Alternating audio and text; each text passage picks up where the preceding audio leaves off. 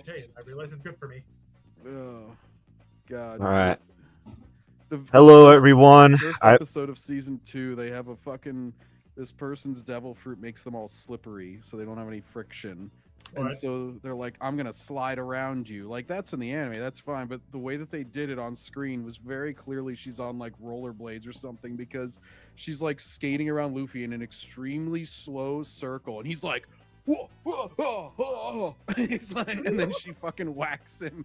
It's like a one-hit fight. I'm like, that was the lamest action sequence I think I've ever seen. All right, everyone. We are live. Sorry about the long wait for both everyone on the panel and at home. I made this kind of impromptu, like I was having some technical difficulties on my end, so that's my bad. The Birdman was hacking Kino's Damn it, Birdman. Yeah, thanks, Birdman. I will jam up his camera reel. But anyways, how are you doing, all you beautiful sons of bitches? It's your boy Backseater, and today we got all the boys out here, and Anthony just had to strike twice this week, and he uploaded a new, we just missed this stream. He asked, what's the best video game movie? 32 film tournament stream. Because that sounds fucking exciting, doesn't it?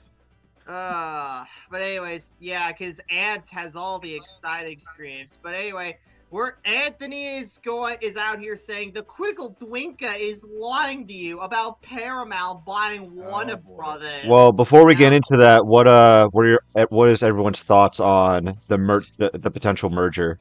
I have no idea about this merger, and I don't really care. So, well, do you prefer Netflix acquiring Warner Brothers, or do you prefer Paramount? Because that's the big discussion or debate.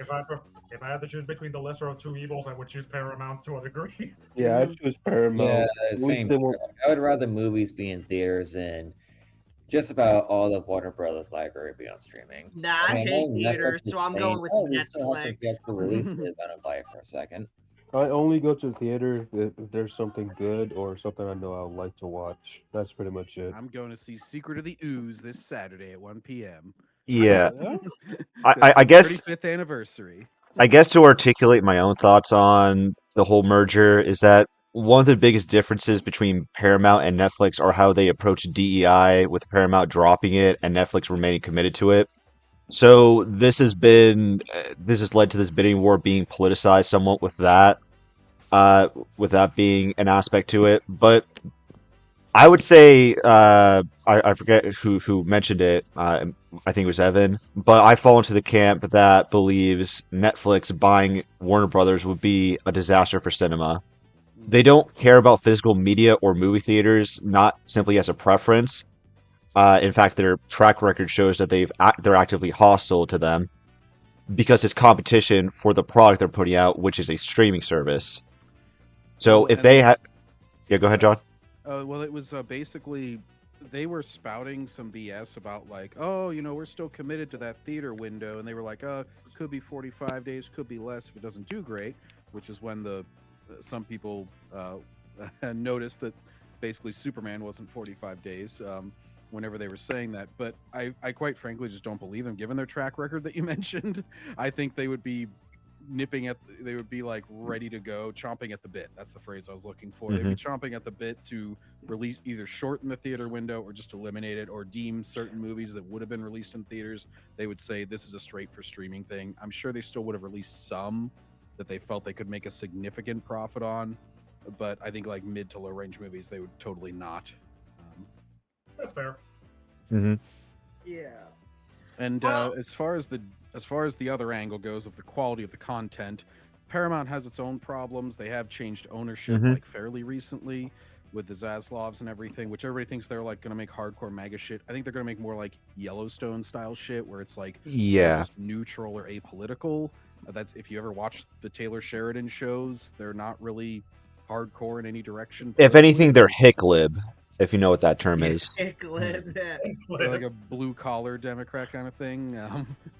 Yeah, I think you really hit the nail on the head there, John, because the thing with Hollywood is that they are so politically one-sided. They they just pander to the extreme fringes, and that alienates everyone else. So conservative, air quotes, in this case, is just moving towards the center where the more average person feels seen by and large. But Kino, they made The Bride. They're gonna put Zendaya as the lead actor for the Fugitive remake. It's just hilarious to me that anybody thinks like this is going to be a Daily Wire sort of thing now. It's like, guys, Paramount already has a streaming service. They already release content under this ownership. I realize there's some carryover with Star Trek and shit, which will hopefully be ending now in its current form. Mhm. But it's like this big boogeyman that already exists. They're like, wait until you see this. It's like, it's already there. You can see what it's going to be. Yeah, the hysterics over this are pretty ridiculous. I agree, John. It's just obvious that David Ellison, the guy who runs Paramount, just really likes mainstream action movies. So he's all he's really going to do is take inspiration from like I don't know, like early action movies from like the 80s or 90s. He's going to try to make a resurgence in either action movies and maybe comedy movies. Who knows? Those are getting those are seeing some increased attention again. Mm-hmm. But he's not going to turn it into something like Angel Studios. I agree, or a Daily Wire movies. Yeah. Also, would like to point out that we got done talking about Supergirl with Ant and all that, and now he has a Superman book on his stand now. Yeah, but again, like I'm not necessarily a simp for Paramount. I'm sure that there are pros and cons for both Paramount and Netflix. But what I'm concerned with is, or what I seek from Ant in this video, I skimmed a bit, but I haven't seen the whole thing, is can he convince me that Netflix was the better option than Paramount? Because that like it or not, those are the two choices: giant douche or turd sandwich. And consolidation is always bad. That's why it's like you're getting less studios. It's going to be overlap. There will be significant firings because of this. That's just what always happens. We've seen this a lot in gaming. We saw it with Disney and Fox. And that's why I've always harped against it when stupid Xbox fanboys go, oh, it's good for them to buy this, and that, and the other thing because they're a smaller install base. It's like, that means you're allowing them to hoover up every IP and buy every company, and it's always bad when there's consolidation, at the very least, because there's less competition. Anyways, yeah. Mm-hmm. Well, without further ado, let's just jump right into it, shall we? Sure. But that reminds me. It's like, yeah, we still got like the elephants. Like, how the fuck is Drinker lying about this anyway? Has anyone seen this fucking video he made? No, I haven't seen this video. No. I've seen him talk on it on open bar and don't watch stuff. him He at all. hasn't been overly, like, as far as what I've seen, he hasn't been like sucking Paramount's cock. He's just kind of like, basically, he obviously doesn't like Netflix nearly as much, so I'd say he'd be... Yeah, he literally... I've seen the whole video, and he pretty much just says, better Paramount than Netflix. Mhm. Yeah. so just lying again. He's Yeah. trashed on a lot of stuff. For those who don't know, like, Paramount owns Star Trek, so I'd say Drinker is more than trashed on Star Trek for the past few years. So anyone Right. who thinks, like, he's just, oh gosh, I love everything Paramount, it's like, not really. Yeah, Star Trek is really interesting for Paramount, but we can probably get into that later. But again, like if Ant wants to convince me that Paramount's bad, he also needs to address Netflix too. Yeah. But anyways, let's just jump right into it, shall we? The critical drinker just said something really stupid. Oh, No. really? Here it really comes. He'll be like, nice. that's Here we not go with shocking. these, Yeah. Also, that pause face right there, that's going on the fucking thumbnail right Oh, you can do there. better than that, Backseater. I think you're I know, I just want to get it in case I can't get better. But anyways, but yeah, Drinker did shill for Picard Season 3. Yep, Oh that's my true. god. Hey, I'll say this, Picard Season 3 does stand out from the rest of it. and they actively shit on the first 2 That's seasons, like which saying is pretty funny. Andor stands out from Disney And Star Wars. Except it's a little bit different because they completely ostracized the writer because the main guy who's in charge of Star Trek, it's Kurtzman, still a part of the Wait. same crappy brand. Kurtzman basically was like, well, fuck you. You don't get any more seasons because everybody liked your thing more than me. So now I'm going to kick you out of everything. Fucking Damn. yeah, he's like, oh, you can have a second season, but you have to like film in like, I forget, some Eastern European shithole, and I'm only gonna give you this much money, and you have to do it like right now. And the guy was like, well, I don't want to do that. Then he's just like, well, I offered him whatever. Now it's back to my shit. It's also not even good because fucking Tim told me so. But anyways, No, it's a day ending in Y. But I want to talk about it this time, unlike usual. Just when you thought it was all over, along comes a last-minute play to completely change the game. The Warner Brothers Paramount deal is a gigantic situation. The entire entertainment industry is A going to be non-committal statement. yeah, that's a non-committal right there. It's a gigantic situation. Wow. Not really, Wow. but okay. Wow. Yeah. But, Oh, Bad, or Yeah. nothing. Oh, geez, Jacob, how bad was it? But anyways. Oh. significantly overhauled thanks to this. Paramount has spent over $110 billion to Billion. acquire Warner Brothers Discovery. That's almost Fuck ton $30 of billion more than the original Netflix deal for Warner Brothers, roughly, for about a portion of Warner Brothers Discovery, as well as roughly $40 Holy billion shit. more than Disney It can paid do to get. math? Hmm. Yeah. God damn. That's a shock, honestly. Yeah, 'cause I Damn. remember Activision Blizzard was like 68 billion, and I think it ended up being a bit over 70 by the time that they were done. And then like, yeah, the Fox deal was like 70 billion, and it's like, it's crazy. And then yeah, it was basically like, I think it was the difference between like $34 a share versus $27 a share was basically the difference between Paramount and Netflix's offer. Because Paramount's was already higher than Netflix's, but Netflix just like, I don't know, for whatever reason, they just agreed. I think they gave like stability or something as like their reason for denying more money. And then Paramount just made it such a big difference that they couldn't ignore it anymore. There was like fiduciary responsibility kind of territory of like, we shouldn't turn down this much money. Hmm. Right. Anyways. Kind of like when Elon bought Twitter. For those who didn't keep up with that saga, like they did not want to sell to him, but he made such an incredible offer that as like a Man of an publicly- offer you can't refuse. I mean, literally, Yeah. like legally, And- because he was even making the argument whenever they were still trying to deny it. He was like, "This is your fiduciary responsibility as a shareholder. Like, I'm offering you way more than what your company is worth." And Yeah. everybody agrees. Like, you cannot deny this. Yeah, and but even back then they were saying that that was a that was a mistake from Elon, and that Twitter wouldn't become profitable, or it would just shut down after a few months. And now look at it. Oh yeah. Yeah. Well, that was whenever he fired like 80% of the staff. They're like, "It's gonna stop working any day now, guys." And then like 5 years later, or whatever we are, 4 years later, and it's still working. Yeah, maybe one day Blue Sky will take over. It will become the new Twitter.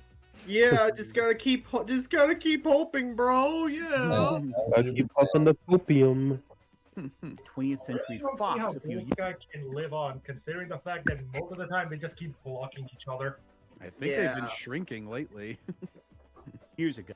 I think the Blue Sky CEO even came out and said, "Hey, we value diversity of thought and opinion because so many people there are just like one-sidedly insane freaks that throw Thurston's death threats." Twitter Yeah. turned up to 11. Anyways. A few years ago. This is a shit ton of money from a company not exactly known for pumping out hits like Disney has. Yeah, because Disney's 'cause Disney- movies have been profitable. Yeah. Right, Disney 'cause makes money Disney off has their made theme parks and numerous merch. of good things lately. Yeah, fuck off. Yeah, it's like Disney is probably, if they actually like gave out just their film division, they would most likely have lost money a good amount of recent years. And the fact that they can just kind of lie about budgets, unless they're filming in Britain where they have to actually report them due to tax documents. But which, by the way, every time that they do have to legally report them, it's higher than what they initially said. But- Also, like they make money off theme parks due to legacy IP that they already had built, and they make money off merchandise due to legacy IP that they already built. and that includes, Star Wars. If they sell a prequel era Lego, it ain't going to Lucas, it's going to Disney still, even though they didn't make that. So Wait. they make money off legacy, basically. At this Yeah, point. but what's also weird is that he's not like, what theatrical hit has Netflix put out? Like they don't. That goes against their brand. Yeah. Yeah. I mean, aside K-pop Demon Hunters. But even then, like that wasn't a theatrical hit. That was more so like a streaming hit. Yeah. It came Yeah. out after the fact in theaters, right? Yeah, I'd yeah, say a theatrical hit was Demon Slayer Infinity Castle. That was a yeah, hit. yeah. It's Sony, yeah. But I think Crunchyroll owns the rights to that, right? yeah, Yeah. Yeah. whenever it does come out, it still hasn't come out. In fact, they just had a re-release of the theatrical run, which I know Superman didn't get, even though apparently it did so well here. But Quotations did well. even their CEO is smart. For as many mistakes as Sony has made in recent years, mainly in the gaming sphere, they actually were smart for once, and they were like, because it came out in like September, and everybody's like, "Oh, I'll just wait for streaming," and they were one of the few people who were just like, "No, you're gonna watch it next year if you're doing that," and it had better legs, most likely as a result that it wasn't coming out in 30 days or whatever on streaming. hmm Also, that face Ant's making is like, oh shit, I just said something really stupid, didn't I? God, it's crazy that even the 2017 Power Rangers film was more of a success than whatever he's talking about. My shilling glasses. Yeah. No glasses. Anyways. Especially recently. It's Mission Impossible: The Final Reckoning. Now, conservatively, Isn't this the break- movie that fucking ruined James Bond as a character? Wait, what? What? Bond? This is Ethan Hunt. It's Ethan Hunt. Ethan Hunt. I'm thinking of 007, not bad. I mean, the movie was entertaining, but I wouldn't call it a masterpiece of any kind. No, I mean, I didn't like the last two Mission Impossible movies. I didn't either. That really has little to do with anything. Like, that was... They made them... Tom Cruise was doing it as, like, sort of the finale. Unfortunately, he went out on a low note, because otherwise it's been a fantastic series overall. Yeah, but, like, when you look at this, like, as Paramount, a company, putting out hits, and I feel as though this is just cherry picking, because they have proven that they can put out hits. Top Gun Maverick is one of the biggest grossing movies ever. Yeah. It made over $1 billion. And also, like, yeah. And also the Sonic the Hedgehog movies, like those are owned by Paramount. Yeah. Yeah. God Those are forbid doing- they actually listen to fans. I'll Yeah. give them credit over Netflix just for that. That they changed Sonic and made a successful 3, soon to be 4 film series. You couldn't even something that would have flopped. You couldn't even like trust them to make him a hedgehog. Maybe they'd turn him into a platypus or whatever the fuck. They'd skip straight to Shadow and make him the main character just because he's a black hedgehog. Also, guys, check this out. You guys want to know why the last Mission Impossible movie wasn't the best? Here, did you guys know that fucking Tom Cruise is a really big Dragon Age fan, and he did an interview on his thoughts about Veilguard? Here, guys, get a load of this.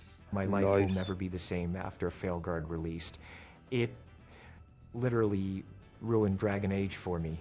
I'll never be able to replay the older games now, knowing that everything I've done in those games leads up to Veilguard.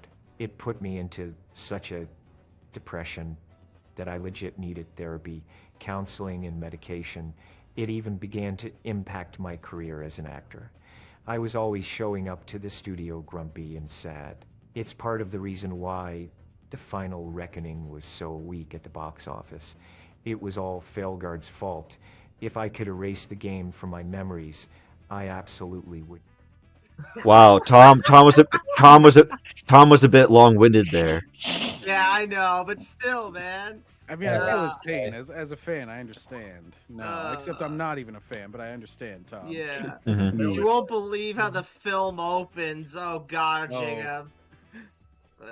I thought Scientologists weren't allowed to play video games. Well, Tom's higher up, so we get to cherry pick the rules. There you go.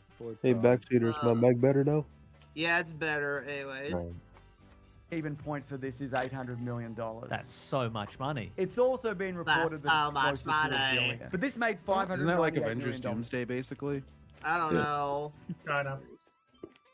So just shy Yeah. of 600. A Mission Impossible movie should be a success if it Damn, makes they made, $600 million. I know, right? just around Superman's box office. That's it pretty bad.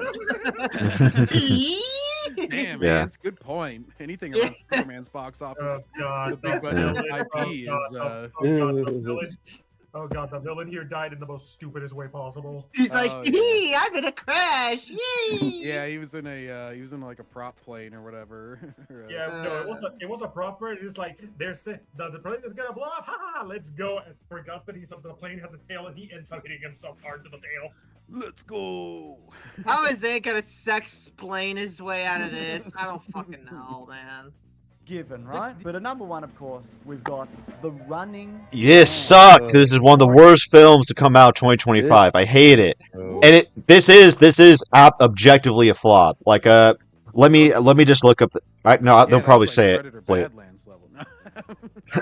Worse than Predator Badlands. It's even worse. I know. Yeah. But let it play so we can see. Out of every movie that Ant was shilling for this past year. Yeah. He suddenly the box office matters. Yeah. Yeah. It could be Mission Impossible. No, what did it? I'm gonna say Running Man made like what 50 million total or what? It was on a budget of like let me actually see the box office. Okay, so the budget was 110 million, and the box office was 68.6 million. Oof. So half its budget. Damn. Which, and if the budget was that high, and it's got to make at least 2.5. Oof. But let me just say, it deserved it. Like the movie was so bad, it deserved a flop, in my opinion. Yeah, that's a shame because But Kino, a lot of people worked really hard on it. They should have worked on something else. Yeah. And now they can learn. Now that if they accept that it's a failure and that they did a bad job, then they can be better in the future. I was really upset. I was really upset that Edgar Wright directed this because I actually like Edgar Wright in his movies, but he just did not. He did not bring his A game here. Edgar Wright filmed this shit. Yeah, I heard he's gonna maybe go back to the Cornetto. Well, now. I mean, it's probably not going to work because it's probably going to be watered down.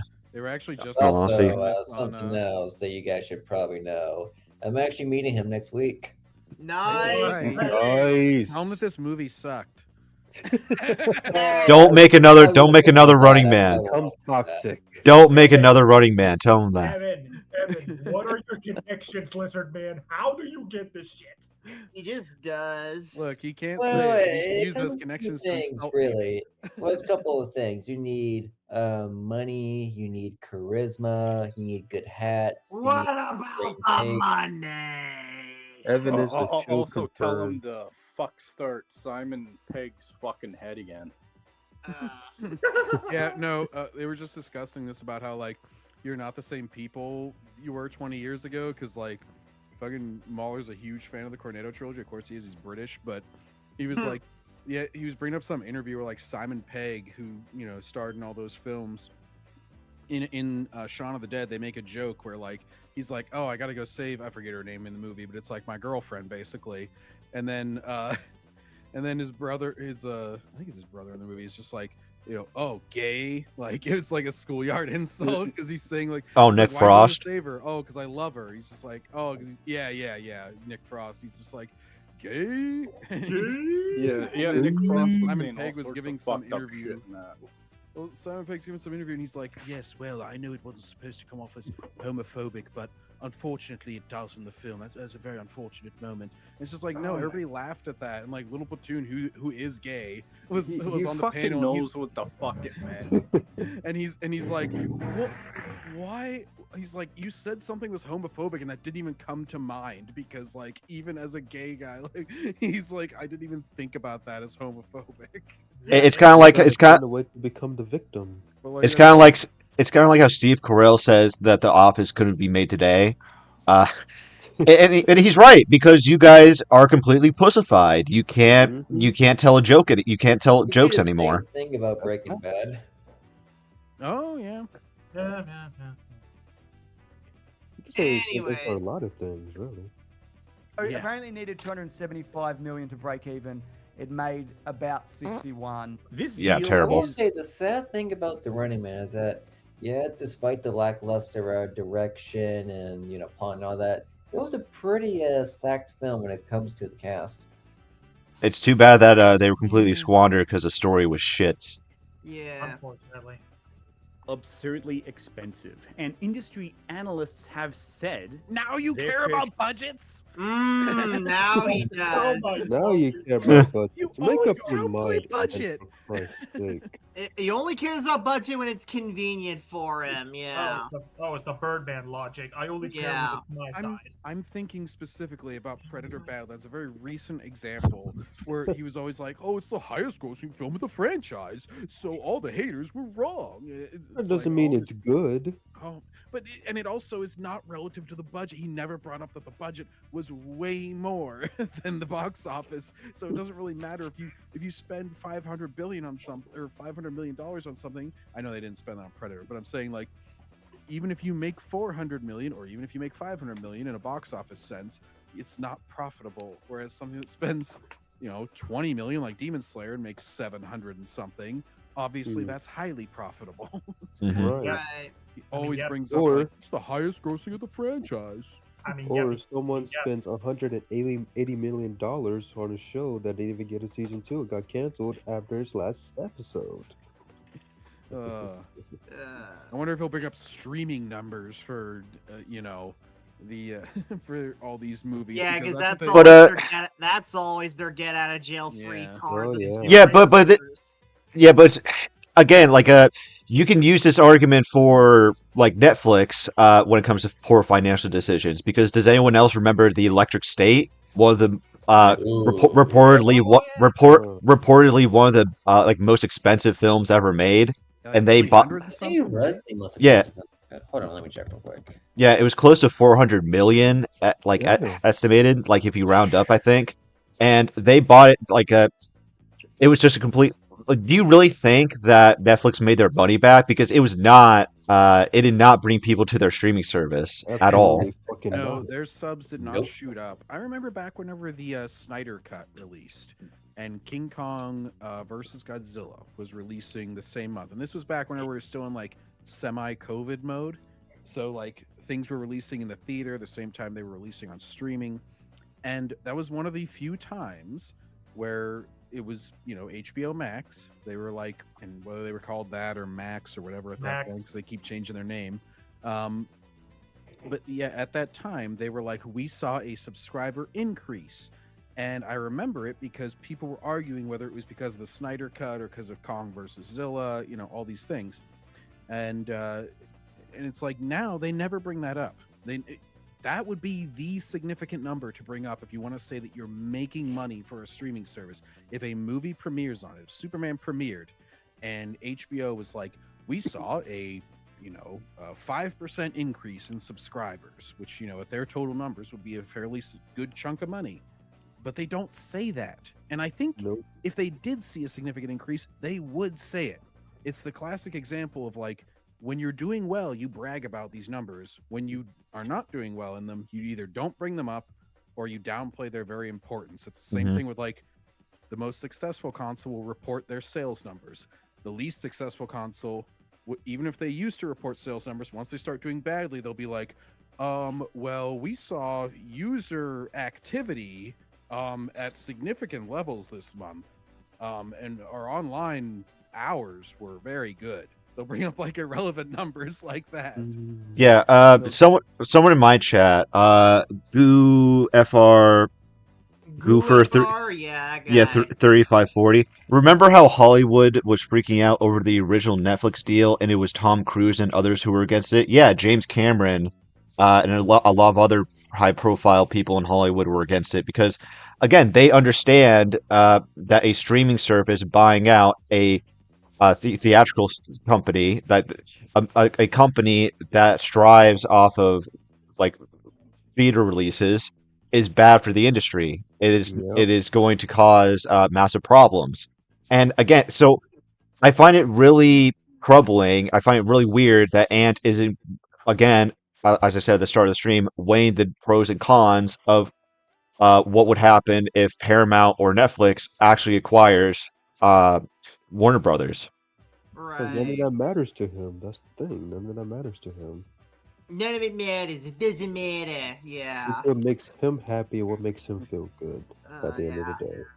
I wonder if Birdman, Eric, or Ant are going to defend The Bride just to go against the Grifters. I think they will pretend that movie doesn't exist or blame it on I doubt it, honestly. I highly doubt it, man.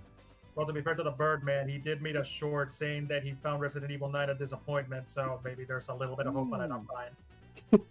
Mark Ruffalo called James Cameron a Nazi because of his Netflix take. Oh, God. Anyway. Oh, Lord. Actually, Ruffalo is that one guy who really needs to learn to put a muzzle on it sometimes. Yeah. How about just all the time? He never seems to have a good opinion, so maybe just, Jack He's an Nicholson old is a very man. What famous did you actor. think, man? Actually, I said I dare Birdman or any of them to defend The Bride because that was $1.75 million worth, and the budget was not good. Oof. Well, according to Maggie Gyllenhaal, it's because Sexism. She was inspired by Trump or something. So if I remember hearing correctly, she did one of those. Can't remember if it was actor on actor or director on director, but she said the moment she quote unquote became a director is the day after Trump was elected. Yeah. Yeah, so kiss my ass. Because I put in a super chat after I heard that. I forget who was covering it. I think it was like Real BBC or something. I was like, well, I don't know who this woman is, but I'm very glad to have gotten her a job. We've created so many jobs for women. Very much. She's pulling an Elizabeth Banks. Yeah. Even the ones who are not so pretty anymore, very old, very wrinkly, cabbage face. Some people. Cabbage face. She wasn't like a fucking looker back in the day, anyway. Oh, I remember an article for her back in the day. It was whenever she turned like 30. I think it was like 37, and I remember the article. It had her arms folded on the little cover photo or whatever, and it was like, at 37, I'm deemed too old to star in movies. I'm like, well, it could be just that you were kind of shit in The Dark Knight and nobody liked you. Yeah. I don't think it really has to do with your age. You stole Katie Holmes' job anyway. Yeah. Wait, are you talking about the chick that played Grace in The Dark Knight or someone else? Rachel. Oh, Rachel, my bad. Not Grace. Who the fuck is Grace? That's the protagonist from Resident Evil 9. Yeah. Damn it. But yeah, I'm talking about Rachel. You talking about her? Yeah. Mm-hmm. I haven't seen The Dark Knight in years. I forgot how the actress was in that movie. Well, that's the funny thing, Jacob, because in the Dark Knight, and everybody's clowning on this clip now, it's always the Joker. They make a very big point of him going like, well, hello, beautiful, and you are beautiful. Everybody's like, Joker, you really are crazy.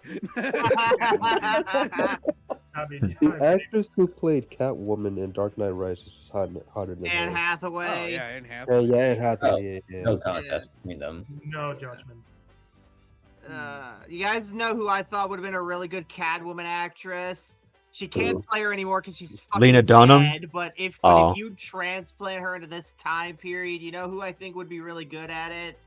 Audrey Hepburn. Yeah, Who? Audrey Hepburn, right there, yeah. Okay. I think Ana de Armas, even modern day, could make a good one.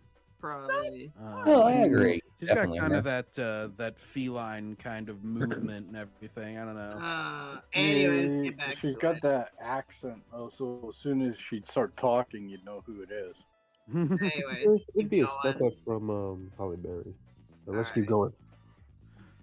Like the way Ant was just looking at us in the thumbnail there, like he's like, look at these guys objectifying women. Yeah, how dare we think women are hot? But anyway. How dare Is that a bunch of chuds I see? How dare we respect women? Yes, Rolando, this guy's a complete liar. Why did Ant just turn into Mark Hamill's Joker? Wow, Nelly. But anyways. anyways. He's just one bad day away from that. Yep. Oh no. And then when that happens, I'll be there and I'll be like, yes, and you have completed your heel turn. Oh wait, it's Alex, the critic. What's up, Hey, Alex? Alex. Is a commentary guy who got famous for crying about Disney's Star Wars. So surely his. Well, I mean, I'm pretty sure it's a bunch of other stuff, but I like how okay, he calls any sure, Ant, criticism whatever you just say. crying. That's like their way Yeah. of deflecting, actually, like respond. It's like I mean, this guy's actually crying over. yeah, fucking... it's always that turn it around on them. It's like Yeah, like- crying about criticism. So and if Trickle Drinker is just a commentary channel that cries over Star Wars, are you a commentary channel that cries over a commentary channel crying over Star Wars? I mean, like, come on, man. It's the That's what pretty is much it? all. That's pretty much all the people connected to Ant, Eric debunks and all that. They're just like, oh, no, they're wrong. Cry, they're wrong. It's the fallacy of what is it? Triviality. It's like it's the same thing whenever people say like, oh sure they changed all these things, but it doesn't really matter. It's like, well, if it doesn't really matter, if it's so trivial, then you could have just not changed it. Like, why make it a specific objective to always change things in a certain way? And Yeah. Also, so you can always- Exhibit A right here. Yeah, Audrey Hepburn was hot. Yeah. Yeah. Yeah. Oh, I can see it. You Now have to have at- a certain like I don't know. That's why I mentioned like movement. You have to have a certain like kind of smarminess to be Catwoman. Like I have to believe that you could fool someone and use your feminine wiles to seduce and trick. Anyway. What about the original? That's actor? It was sexist, good, in my opinion. His Yeah. insight into this They'll massive cast business. Lizzo as the new one. She'll be like trying to do the sexy walk and it just We'll say, jiggling. besides Ana de Armas, another actress who I think could work. If you guys saw this movie, Knock Knock, Ana de Armas, Keanu Reeves, Who's and other there? lady in it, and was yeah. Lorenza Izo. That's Yeah, I no can see way it. I can see it. Yeah, I agree with that one. I can see it. Isa Gonzalez from Baby Driver, I think that's her name. I think she could have worked. She can also work, but she's also my other pick for Wonder Woman. Oh, well, Alright. I'm still on Grace Carolyn Curry for that, but yeah. I think I got it. Wasn't she Mary Marvel already? Right. That was in another Alright. continuity. Pinker, well, he is a commentary guy who got famous for crying Oh, about yeah. Disney's Star Wars. So Oh. surely What are you? What are you? And what are you, What are Ant? you? What are you? Yeah, What are you? Buddy. He has he says some things are good and he recommends them. He says his Yeah. opinions on shit that both of us agree with. You are just bitching because you don't agree with him.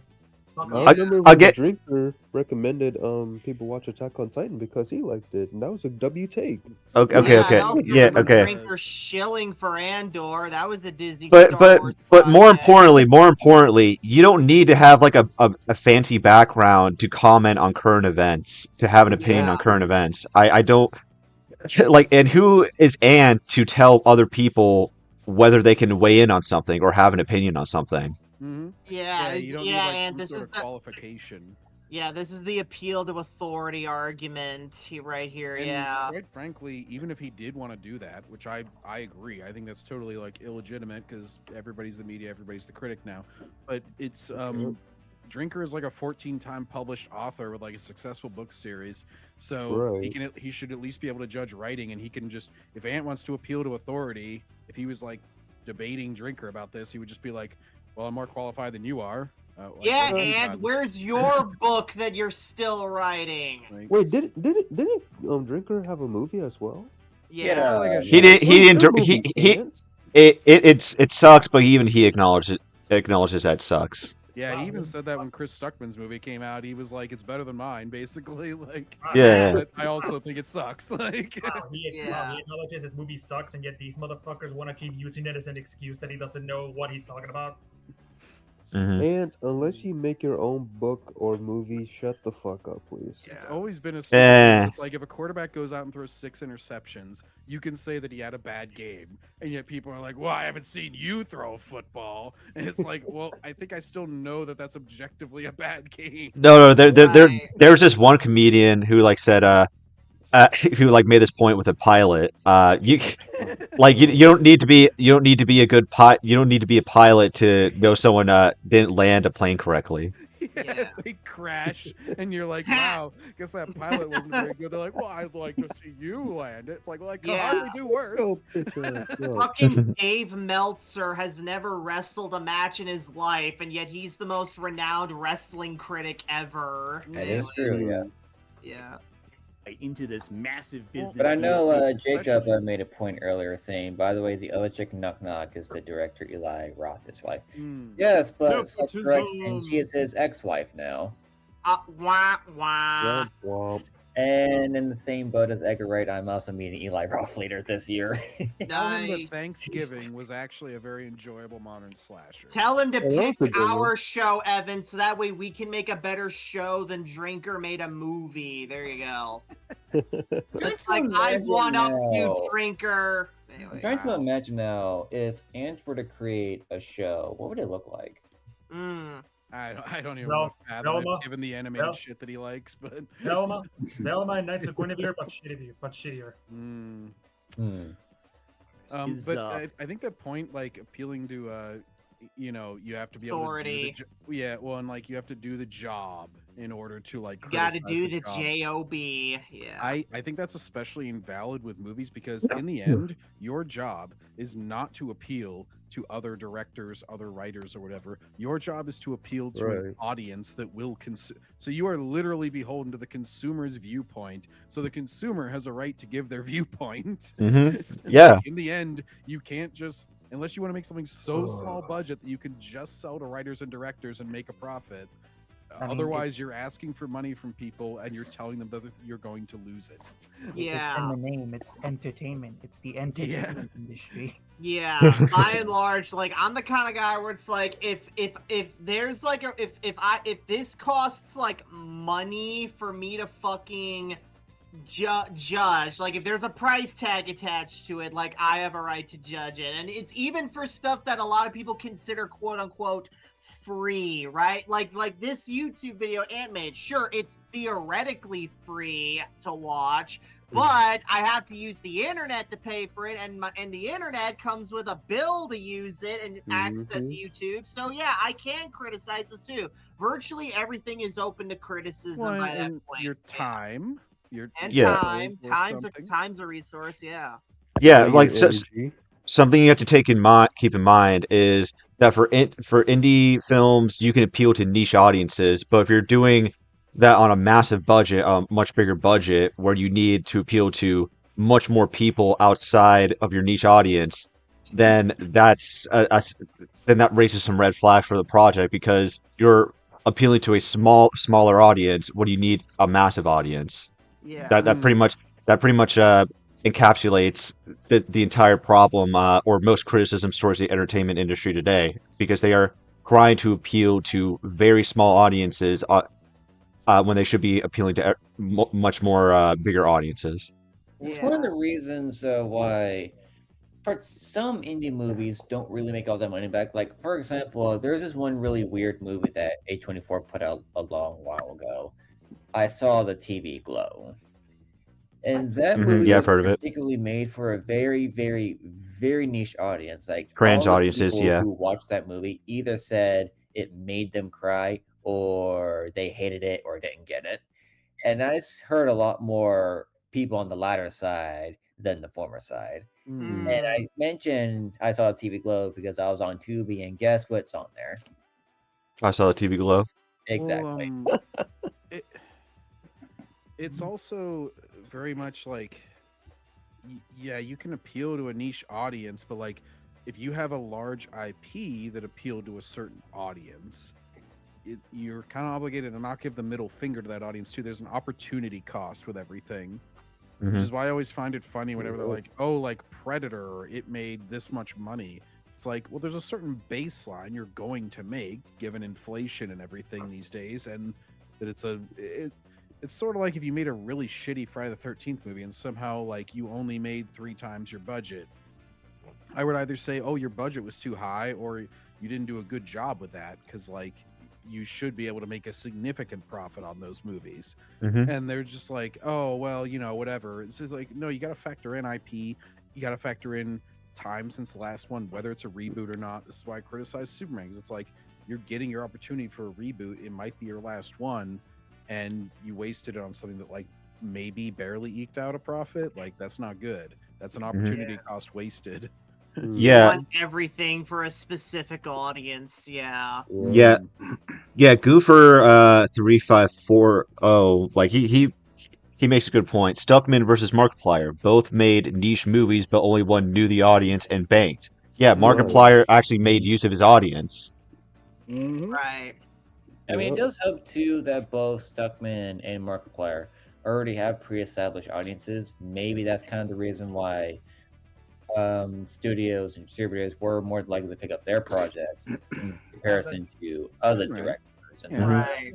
But the difference is Stockman lost his credibility the moment he said, "Oh, I'm not gonna negatively movies anymore because I'm just not gonna give my opinion."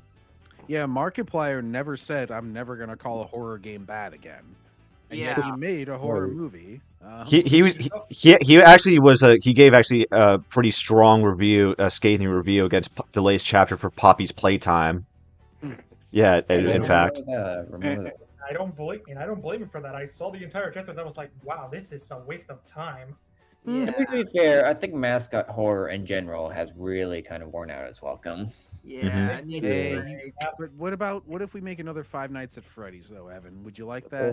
Okay, here's the thing. If you really want to make a mascot horror-esque game or whatever, I would say maybe not consider doing like a character that's like a big bear or a big animal that's really meant to appeal to the nostalgia side of things. Like, why don't you look at other kinds of properties and say, this could be a really interesting horror gimmick, like, say, a sitcom character. Dude, the animatronic dinosaurs in Jurassic Park in Universal Studios. Imagine if you had like robot dinosaurs going around eating people. Well, I can kind of see the appeal in that, but I mean, they're still kind of getting close to the mascot horror thing. But it could be interesting. Evan, I think you would really like that Winnie the Pooh horror slasher movie. I was just about to mention that. Here's the thing. I know the movie. I absolutely refuse to watch it. I actually do know someone on another server that I am on who actually spent money to see it. He knew it was going to be shit, but he just wanted to see how bad it was. And he said the best part about that movie was just the animated beginning. All right, moving on. Ant's face looks like someone stole his pudding cup. Way. Anyways. Valuable? No, that's not the right word. It seemed like only yesterday I was reporting on the sale of Warner Brothers to Netflix after an intense bidding war with Paramount in a $100 billion mega it wasn't deal. yesterday. It was actually several days ago. I bet he will say some like well actually bullshit like this. Come on. Seemed to signal a shift in the balance of power in Hollywood. Drinker, I have to stop you there. You're off by about $18 billion. Oh, well, actually, you're off by a couple dollar signs. Ah. It was definitely the guy. You're off by a couple zeros. Too much. Yeah. The fact that Keto was that right, though, but okay. Pre-watched. If Netflix's offer for a part of Warner Bros. Discovery was indeed $100 billion, it would actually be worth more to the company than Paramount's bigger deal. I just saw your thumbnail for this video with the ant avatar. Hang on, I missed it here. Hang on, I gotta see it. I just noticed it too. Captures his personality so perfectly. Hang on, I gotta show this for all y'all like watching on my side here. Hang on. Our side. Our side, yeah. Our side. And the other side, right there.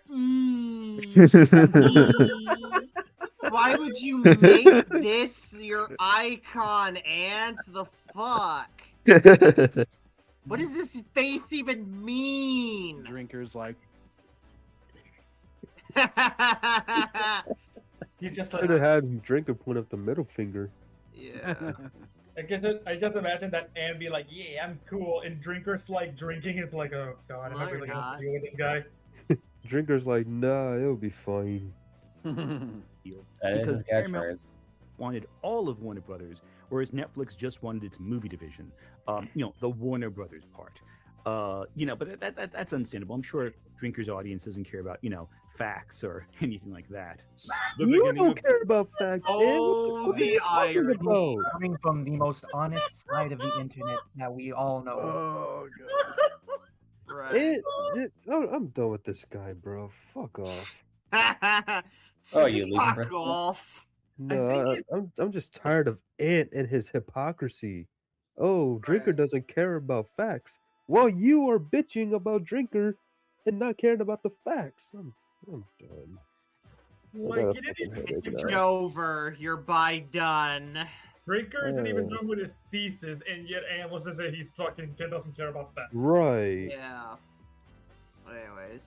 The end for both the studio system and the theatrical release model, as all the major players were slowly being gobbled up and absorbed into the streaming giants. But then Paramount took a look at the situation and decided...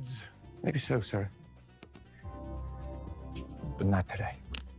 And promptly upped their bid to a frankly ludicrous $111 billion, at which point Netflix decided, yeah, fuck that, bro, we're out. I won't beat around the bush here. Critical Drinker's video on the deal undercuts his own logic. Follow the whole logic of his channel. Really? Wow. Okay, You so haven't even gotten to his logic yet, so bro. you're so was he right or was he not right that companies like Netflix are gobbling up every part of the entertainment industry to fit within their specific streaming model? Like, is that not is that a lie? Because a lot of people in Hollywood share that sentiment and they're against streaming services like Netflix becoming more prominent. Like, he doesn't try to go the whole. Well, actually, Paramount's bid wasn't that ludicrous. He could try to pull that. Cedar, I think this is another thumbnail for the video. Bro, look like he's taking a shit. Eating the corn. Yeah, and why do you have that fucking plushie in the top left right there? How dare you? Take that shit down. Ornamental kills the kitties. At every turn, he proves that he is not necessarily someone who should really talk about this topic.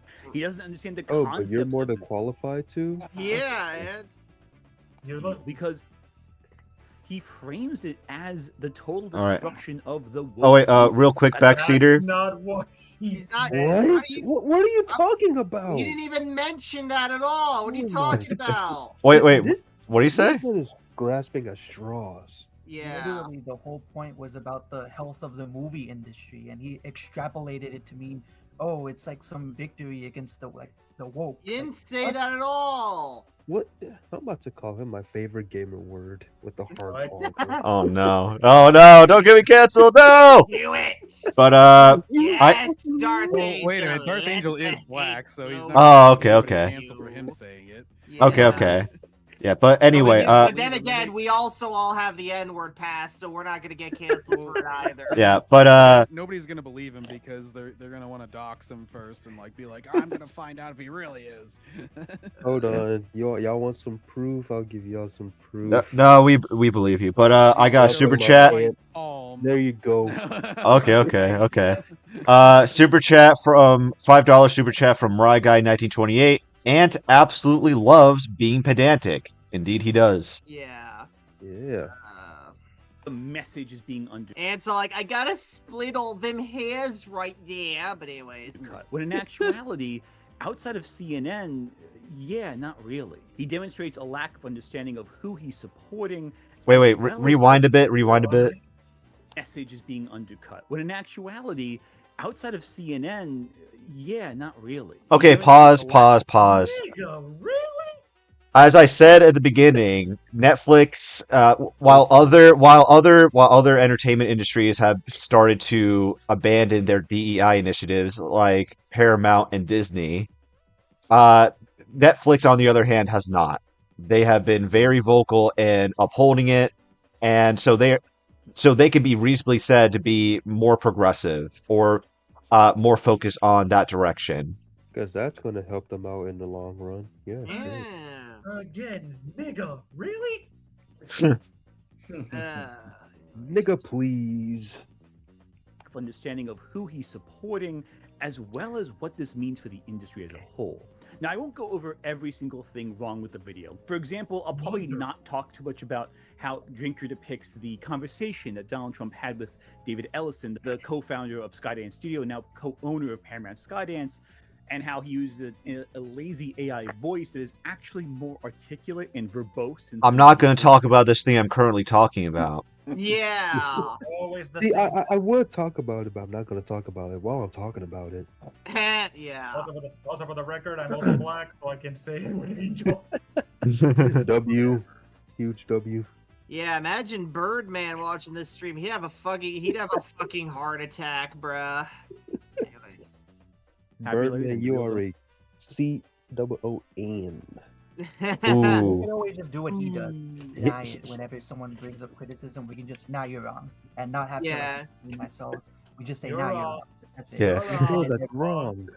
You're wrong. You're wrong. You're wrong. You're wrong. Well, no, it won't be. You're wrong. It'll be you're a trash panda. No, you're a trash panda. No, you're a trash panda. You're a trash panda.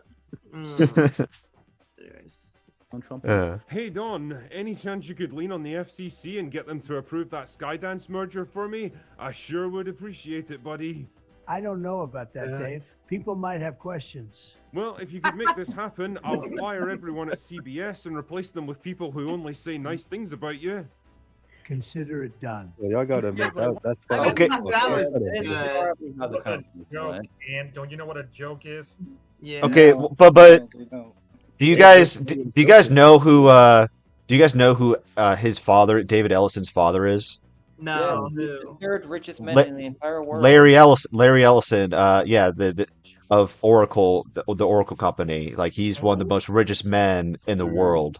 So that's something to take into account when it comes to like, he doesn't have enough money to do this and that, because I'm pretty sure he does. Right. He just asked Daddy for he money. already has a large sum of money, but it would probably help to borrow some from other investors. Yeah. And I think in the mindset of a guy like Ellison, he probably thinks he'd rather have more and not need it than need it and not have it. Yeah, but the point is he has a lot of connections, so that should balance things out. I feel even if he accrues a lot of debt with this Paramount Warner Brothers merger. It's just something to keep in mind. He's got more connections than even you, Evan, but I digress. I want to focus on is Or to be how fair, he is the son of the third richest man in the world. So Yeah. Evan's like, well, I actually know Ellison, and he's my second cousin. Sure. I He wish. celebrates his deal, as well as how what he's celebrating maybe just undercut the entire point of his YouTube career, at least as he What? sees it. I call him What? If there is one dissenting, this is like saying that, like, oh, see, it totally undercuts your point that the news is biased because Fox News exists. It's like, even if this were true, that it turns into like a major right-wing thing, like, that would be one studio, and that does not undercut the point that the vast majority are I have a severely feeling that leaning one ants way. do smell like shit because he constantly steps in it. What? If you Dog have any doubt as to where the, and I say vast majority, it's like a seismic majority of Hollywood stands and what they ostracize as far as thoughts, look at the jokes that are made during any awards ceremony and look at the applause that it's met with.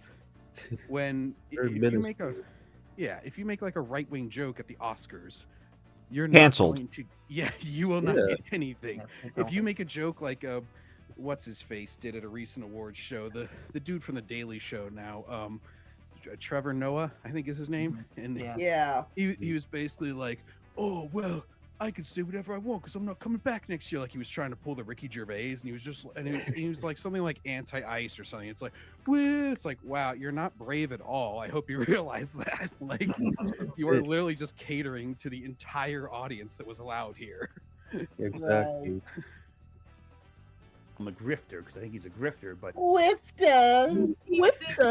You keep saying that word, but it pretty much, as time goes on, people are slowly realizing that the real grifters are you guys. Exactly. You keep So- saying that word. I don't think it means what you think it means. I don't think But what is even like a grifter in this context? Just preferring Paramount as the one merging with Warner Brothers than Netflix? Well, he thinks Like- that Drinker is pushing I'm assuming what he means is like he thinks that Drinker is just pushing a false narrative to cater to like an audience that he just wants to keep mad. That nothing he says he actually believes in.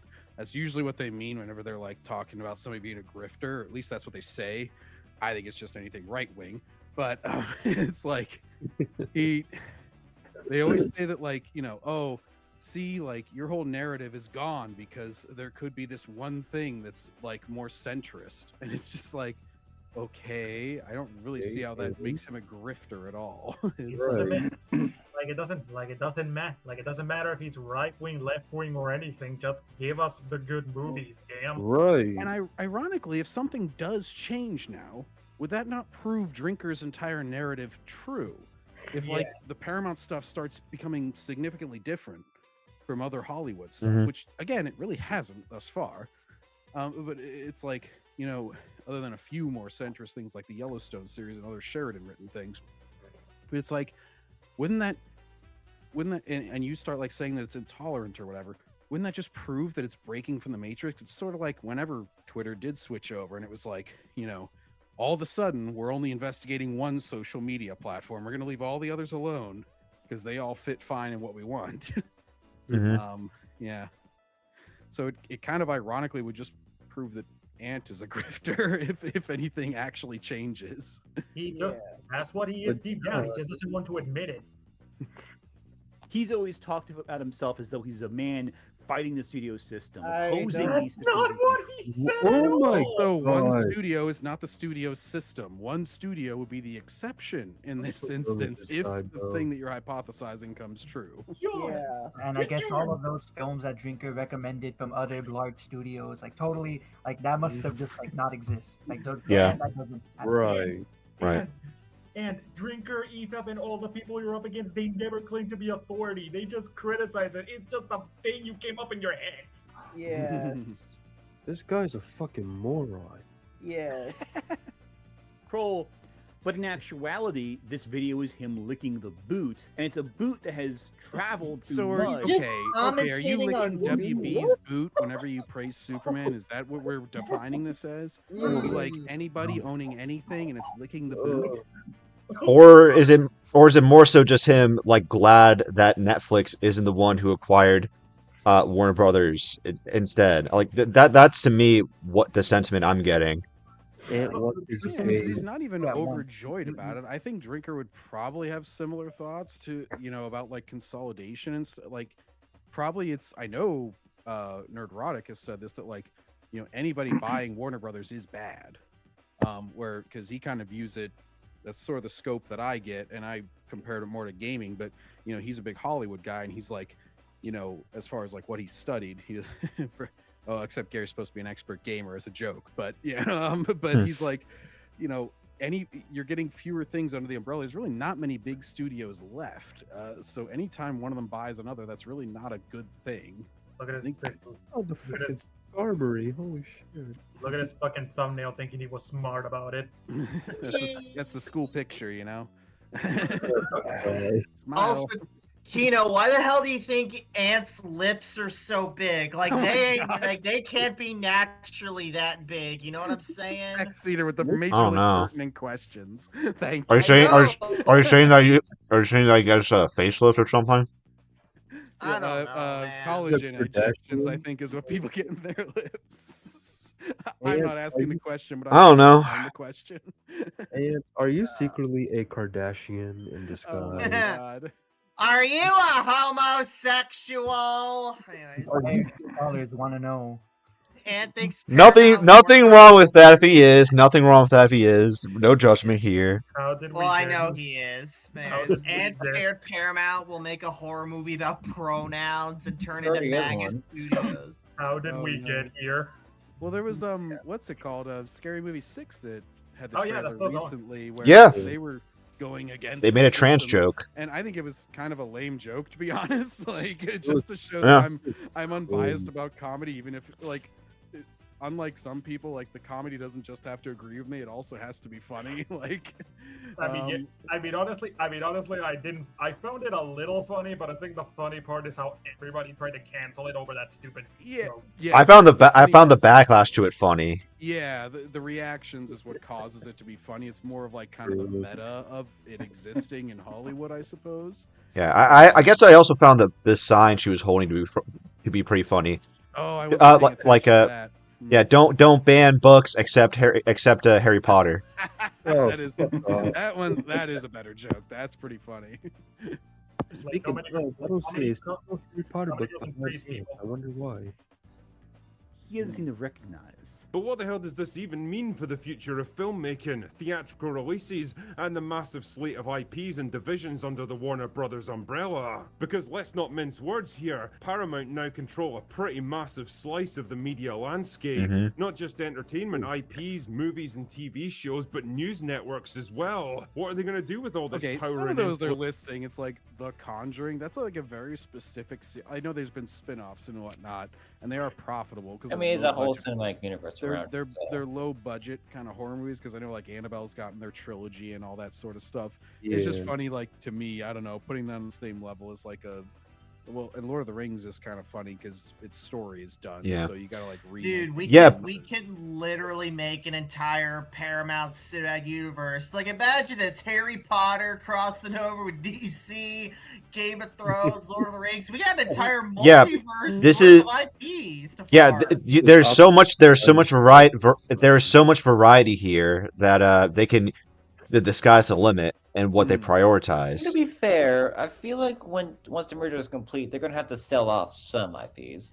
Yeah. Yeah. I can easily see them getting rid of a Mission Impossible. Don't worry, Evan. Don't worry, Evan. They can make their money back by having Dora the Explorer be a guest character in the new Mortal Kombat game. Oh, I hope the Looney Tunes they can just have them drop an anvil on the map, and then he'll be like, "But I'm already flat, so it has no effect." Haha. They can make a new what was that? They had a platform fighter like The multiverses. Yeah, they could do multiverses, but now adding all the other characters that they now have as well. They could have like Aragorn from Lord of the Rings pop in, and Yep. What are they going to do with Bruce wins? With all this power and influence?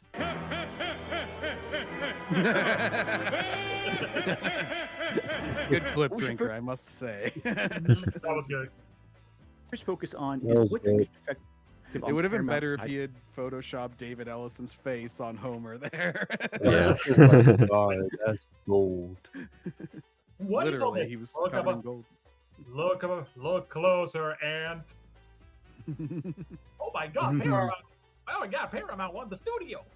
I Yes, do he's- love though, like anybody who, like WB owned a significant amount of massive IP. Like it was always kind of a joke because they made the Lego movies, and for those of you who haven't seen, like they already, they had like all the different Legos show up, like all the Lord of the Rings, Harry Potter, DC heroes, all these things. It The was Lego kind of movie? a joke about how much they owned already, all the Godzilla, Kong, all that sort of stuff. Even Ninjago made an appearance. Yep. Anyways.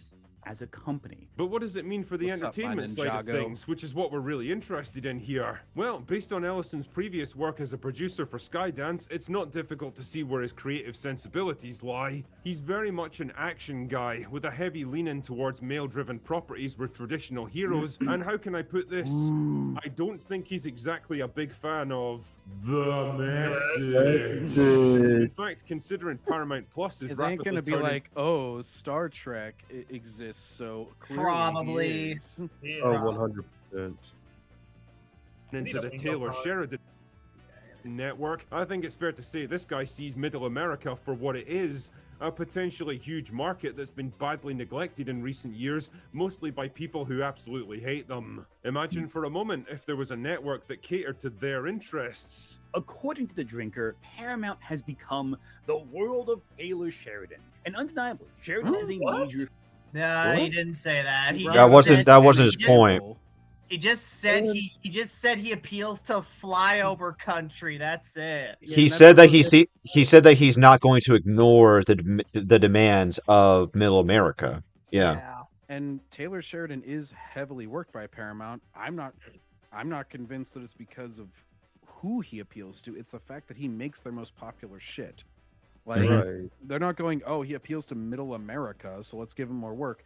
If you guys look, like even whenever a Star Trek show premieres or something, which is kind of the other end of the spectrum at this point, with Kurtzman, the Taylor Sheridan shows mog them. They stomp them into the ground. He's like, he's Birdman. I mog you. Right, except I would never be so arrogant as to speak to myself mogging somebody. I'm talking about somebody else's work, mogging somebody else's work. Because if you look at their charts, it's like significantly higher than the Star Trek ones. Maybe like the week that they premiere, they might like get on the chart, but it's like they are quickly destroyed by the Taylor Sheridan stuff. So that's more just them being pragmatic businessmen. They're like, this is the most popular stuff we have. Please make more of it, Taylor, because it appeals to a lot of people who are apparently on our streaming service.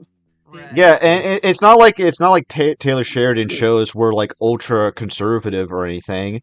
They're just stories within a cowboy setting. Funny, a lot of conservatives criticized it for like a setting. Kino, there you go. yeah Western fine Western setting, but a lot of people still criticize it for its political aspects. They say that's kind of dumb. So yeah, it just has like wider appeal. Well, in his trilogy of movies that kind of put him on the map for a lot of people, Prisoners, Sicario, Wind River, it was 2013, 2015, 2017. They were set in the American Modern West kind of trilogy. Prisoners was about like a suburban dad trying to find his son. Sicarios a lot about, they're on the border, they're making ventures into Mexico to get some drug dealer. And then Wind River is they're on an Indian reservation about, it's about these two, I think they're FBI, whatever, two investigators trying to find out a crime on, kind of limited authority on a reservation that operates somewhat independently. So it's all like modern day. It's all like kind of more rural areas kind of concentrated, aside from Sicario, which, being a border state and everything. But like, I remember very distinctly guys like Roca, all these like uber liberal reviewers, they were singing the praises. So he still makes things in that vein. He hasn't changed too much as far as his sensibilities, I don't think. Now, maybe the critics have changed to where they're like, oh, too middle of the road. I think most of them still praise what he puts out. And Hollywood is mostly liberal critics. I think very few would argue. Well, John, there's something I think that has happened recently that has caused a lot of traditionally progressive and liberal people in Hollywood to move more towards the center, and that's the whole Israel-Palestine conflict. Because a lot of even regardless of where you align on that whole conflict, a lot of people showed that they are perfectly willing to be vocally anti-Semitic. And that has made a lot of Jewish writers, etc., extremely uncomfortable. So now they're going to, so now they're much more likely to push back against traditionally held progressive ideas that were more so that were often originally treated as sacred cows. Well, it's funny. There's kind of been a joke, and I saw it was actually on Screen Junkies movie fights that I saw this joke made, so it wasn't me making it, but it was a gay guy and a Jewish guy, and they said, they got in, there was supposed to be a debate show about movies, and so they got into a debate, and they jokingly said, it was a more lighthearted time, like 2015 or pre, where they were like, oh, you're a Jew, you control half of Hollywood, and he's like, well, you're gay, you control the other half. And so that was like a commonly held, like before you were called hateful for it, that was like a fun joke that people would make, and it was very true. And I think it's not like as much of a cut and dry issue. So you even saw whenever that conflict broke out in like 2023, a lot of actors were being asked about it, because of course the media always asks them about shit that they have no business asking them about. They're like, oh, what do you think about the war in Gaza? And they'd be like, oh god, it was one of the few times where all the actors were just kind of like, oh, I don't really have an opinion, because it's like they hadn't really gotten their marching orders yet, and it wasn't like so cut and dry for them. They were like, I have people I'm beholden to. I have people that I'm not sure who I would deem hateful here, so it's not this easy thing for me. And so, yeah, you started to get a lot more of like a divide in Hollywood that you hadn't really seen before. And I think the other thing is just like practicality and financials. It's like eventually we want to be self-preservation preservationists. It's like we can't just like always go with these things all the way to like never making a profit again. Like we eventually have to kind of be normal at a certain point. Yeah, there's an experimental phase, and if it doesn't turn out well for them, then yeah, they move on. It's just a trend. What you're describing, John. Yeah. Figure in the world of media today. For those who don't know, Sheridan created the series Yellowstone and its various spin-offs. It should be, of course, noted that Yellowstone started in 2017, and Ellison didn't acquire Paramount until 2025, so acting like Ellison is accountable for any of Sheridan's successes is kind of... but that's not what he's saying. He's saying he noticed a Sheridan success and he was inspired by it, and now he's using that as his business model. This is normal, by the way, Ant. Like, you see what's most successful for your company and you lean more into that. It's not that complicated. You're not supposed to be fighting the audience, constantly trying to correct their worldview. That is the abnormal thing that a lot of Hollywood studios do. But what are what you going to do? For me to think Ant is trolling. I really hope he's trolling. Stone is a major institution in television for a reason. It's good. It does appeal to a demographic that has been underserved. It's a good show. You won't hear me criticize it because, yeah, it's good. But there's just one problem with Drinker talking about Sheridan as a main appeal of Paramount today. Sheridan is leaving Paramount. In fact, he announced he's leaving shortly Okay, after Sky. doesn't change his point at all. Doesn't change his point at all that he originally said.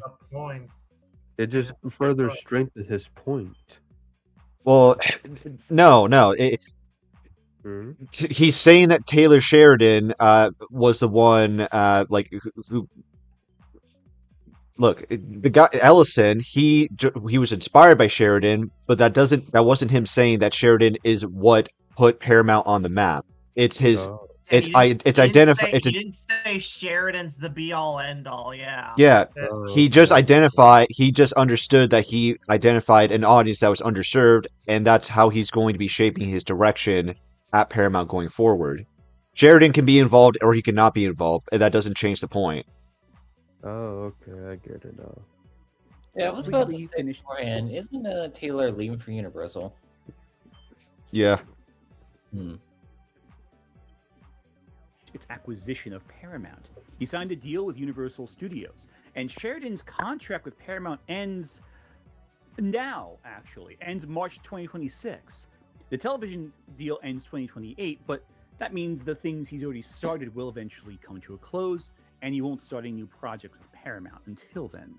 Now, what's funny is Ellison proclaimed that Sheridan's talents were one of the reasons why he wanted Paramount in the first place, and the moment he gets Paramount, Sheridan leaves for his major competition. Well, was it his talents? Was it necessarily his talents, or what he was bringing to the table that no one else was, and now he's using that inspiration to follow in his footsteps? It's like Drinker brought up a very general kind of idea of appealing to middle America and making like regular programming. Some would call it centrist. He at no point said Taylor Sheridan was the only man ever capable of making such programming. Yeah. That's what Ant seems to think, like Taylor Sheridan has some sort of copyright or monopoly on this idea. Yeah, you can make shows catered towards different demographics. Like there's not a monopoly on that idea. Like Taylor Sheridan's a very skilled writer. I'm not gonna say he's easily replaced, but if you kind of look at his past work that's already on your streaming service, and it's good. Yeah. As with very many things, this comes down to the hiring phase, because there's a lot of shows that don't have like super left-leaning, virtue signaling, crazy culture war like themes at their base. They're just shit. But a lot of times, if you go back to the hiring phase, you do find all the culture war shit still influenced them, because they hired people who weren't qualified to write these shows. It's why very often you'll call out a show and be like, this is a result of like modern Hollywood or whatever, and they'll be like, oh, there wasn't even anything woke in there. What are you talking about? It's like, yeah, I'm not talking about like that. I'm talking about like the fact that they clearly hired incompetent people and they have been rewarded for making more incompetent entertainment. Yep. Anyway, may finally rival Paramount Plus in terms of subscribers. So, Drinker praising Sheridan as the figurehead of Paramount, well, that aged just as well as spilt Irish cream, didn't it, Drinker? And just like that, Paramount had pulled... not what he did at all, you do you think Drinker is Irish? That's not what he did at all, you Doomcough. Doomcough? Is that Doomcock's brother? He's like, ladies and gentlemen, sorry, I have a doom cough. Anyways. Victory from the jaws of defeat, seeing off Netflix in an exercise of raw financial power. Is Paramount acquiring Warner Brothers a feat of financial power? I do think Ant might think the Drinker is Irish. He just made a random like reference to Irish cream.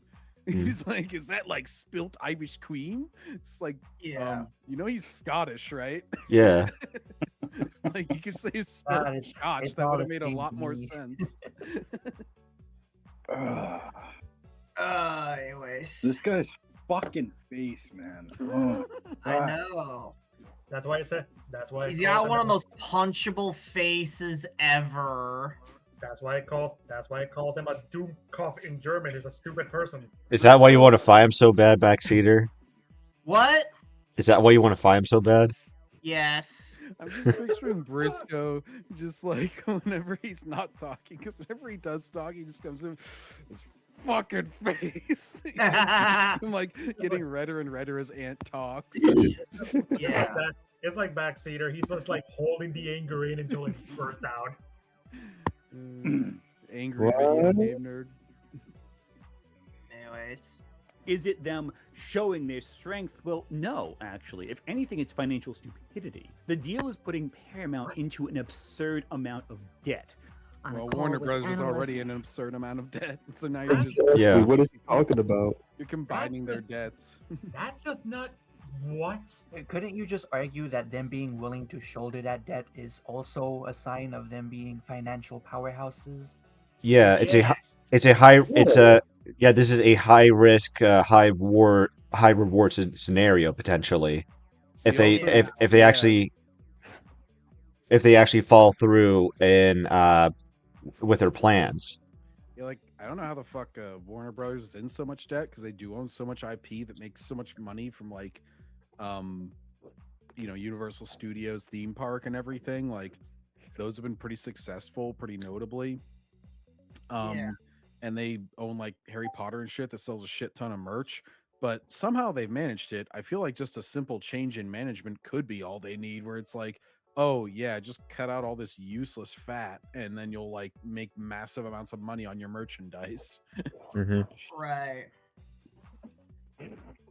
Ellison said the combined company will have a net debt load of about $79 billion. To give you perspective... Okay, but now tell me how much money they could potentially make with their libraries now combined. Right. See, I feel as though he's just like fixating on the potential negatives and not the potential positives. Because yes, it could likely fail. This merger could likely fail, and they could end up falling into debt and dissolving potentially. But like there's also the possibility that it could be successful, but he's not entertaining that possibility. Like you should have fought the Right. Right. Profits of both Warner Brothers and Paramount Skydance this past year combined will not be able to pay off the interest of the debt they're about to acquire. There is so much debt that Paramount has now put onto themselves. Their stock has been devalued to junk stock, meaning it will be increasingly difficult for them to get loans, and they need loans to Again. Who is David Ellison's father? Larry Ellison, one of the richest people on the planet. He can give them loans if it comes down to that. Well, and just to be clear, like, that's not really a death sentence for a company. I remember very specifically when Sony was downgraded to junk status with their stock back whenever it was like mid-generation, like PS3, I think, like 2011 after the hack, and they'd gone through all the losses of losing $200 on every fucking console and everything like that. And everybody was like, oh, next generation, they're gonna go bankrupt and they're all gonna fail. And what did they do? They made some smart investments. They made some good shit. They reallocated all their stuff to like be heavily into gaming and everything. And they ended up like saving themselves as a company.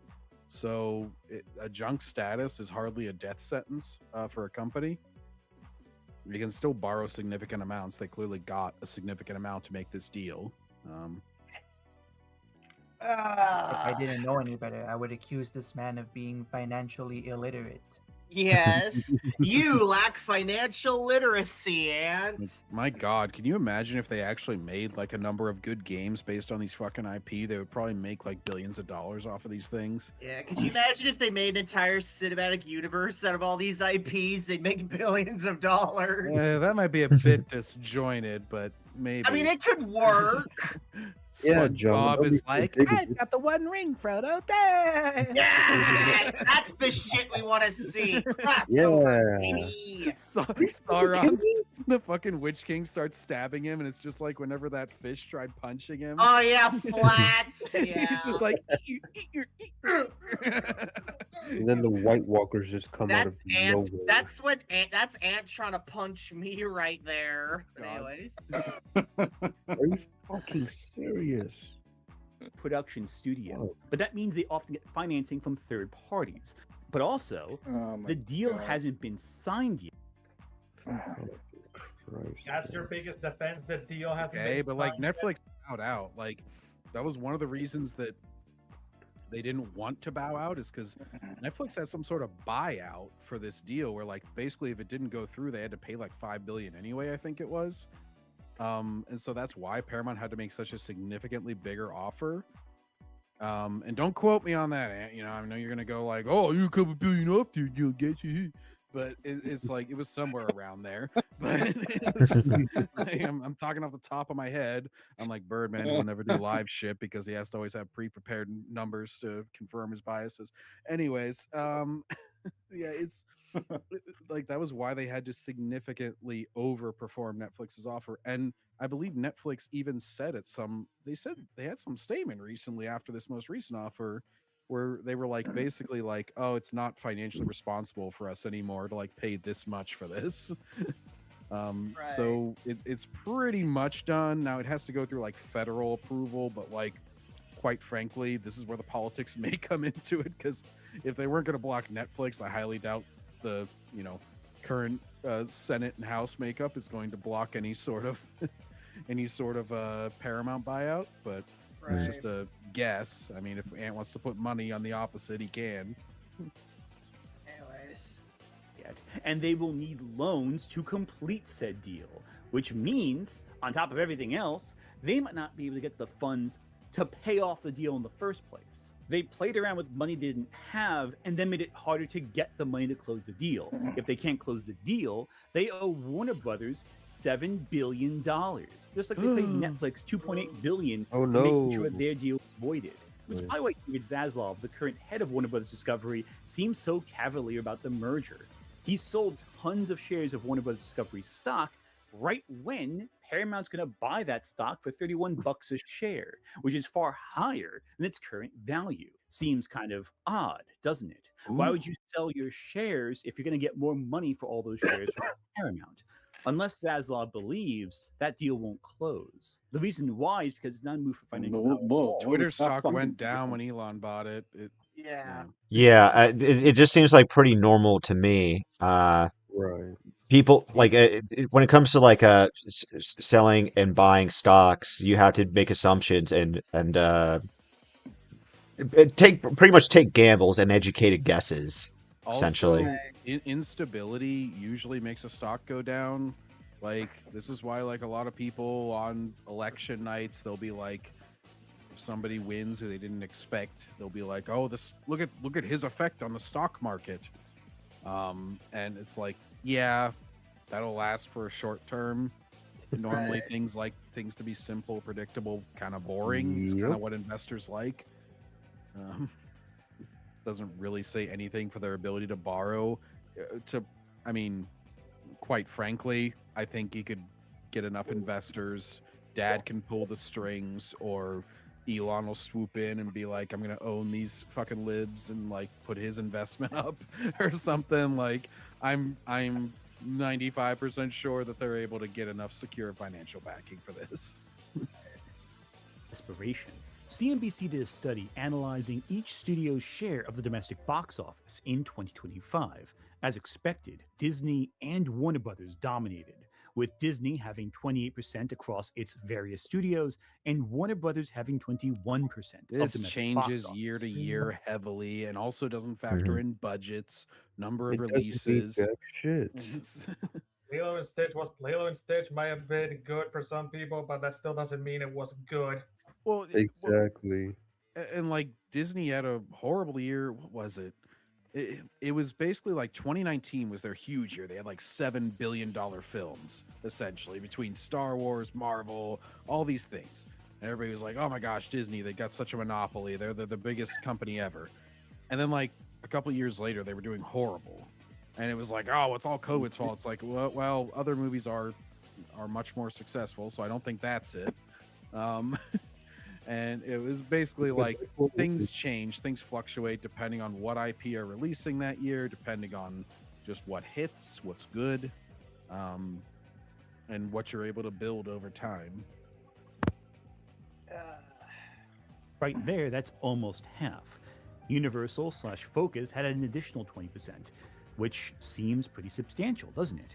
Sony and Crunchyroll, bizarrely enough, had 7%. Bizarrely enough. Okay, and player made more than Superman. You fucking so something Ant isn't understanding is, okay, how did they acquire how they make all this money? Through IPs, like through traditional IPs.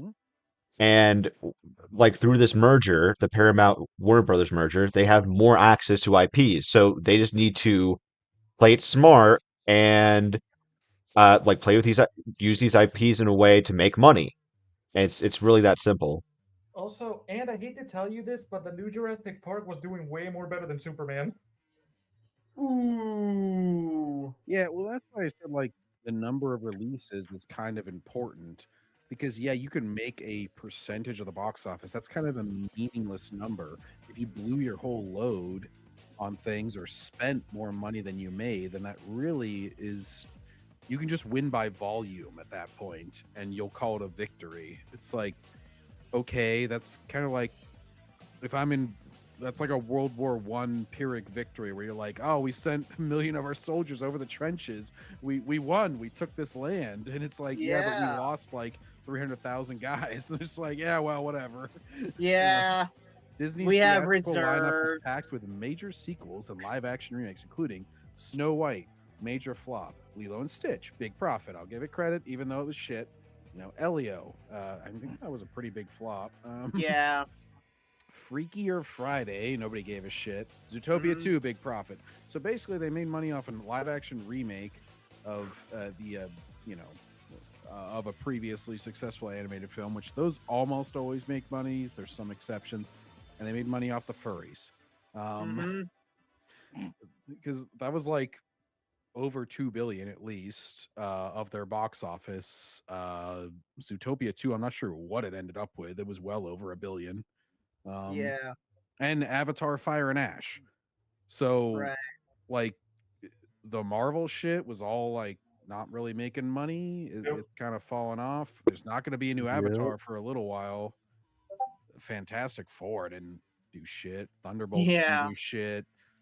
Captain Black America didn't make shit. Man.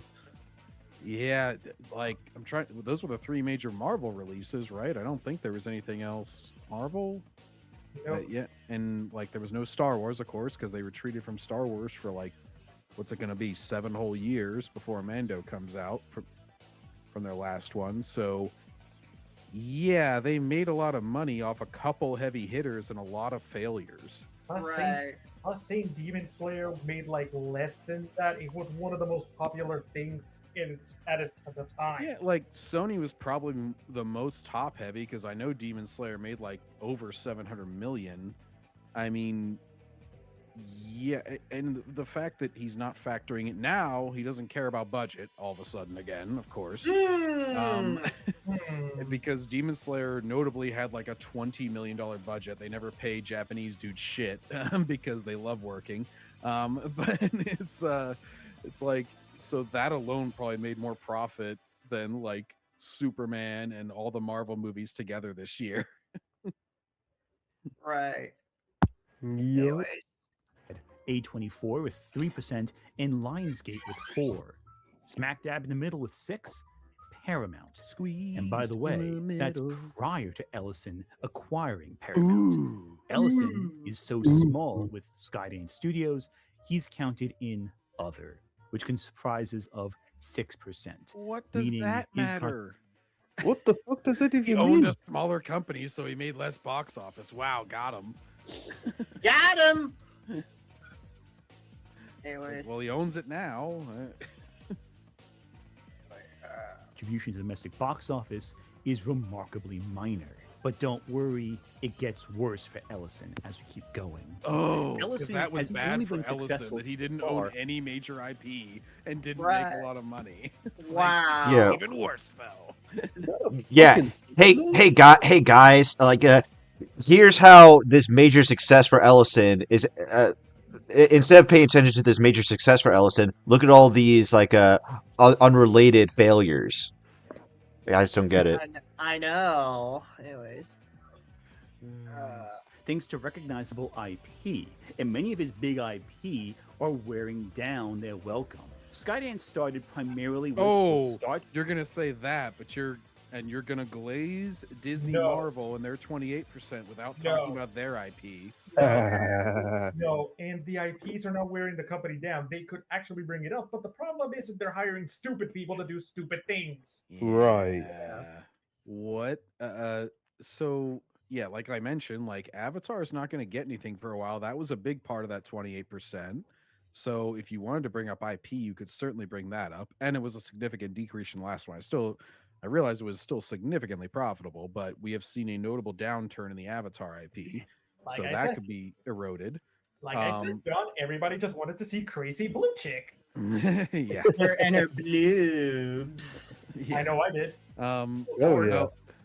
You know, he could have given her A-list Sakura once, but he chose not to, and just her tiny ones. But the other IP is, I mean, the live-action remakes, they've pretty much run the well dry. That's what nobody wants to address on that one. They've already done the whole Disney Renaissance. They've done most of their Golden Age, a lot of which are not profitable, like Snow White. They're not guaranteed hits either. How many more big successes are left in the live action remakes? So that's major IP degradation, I would say.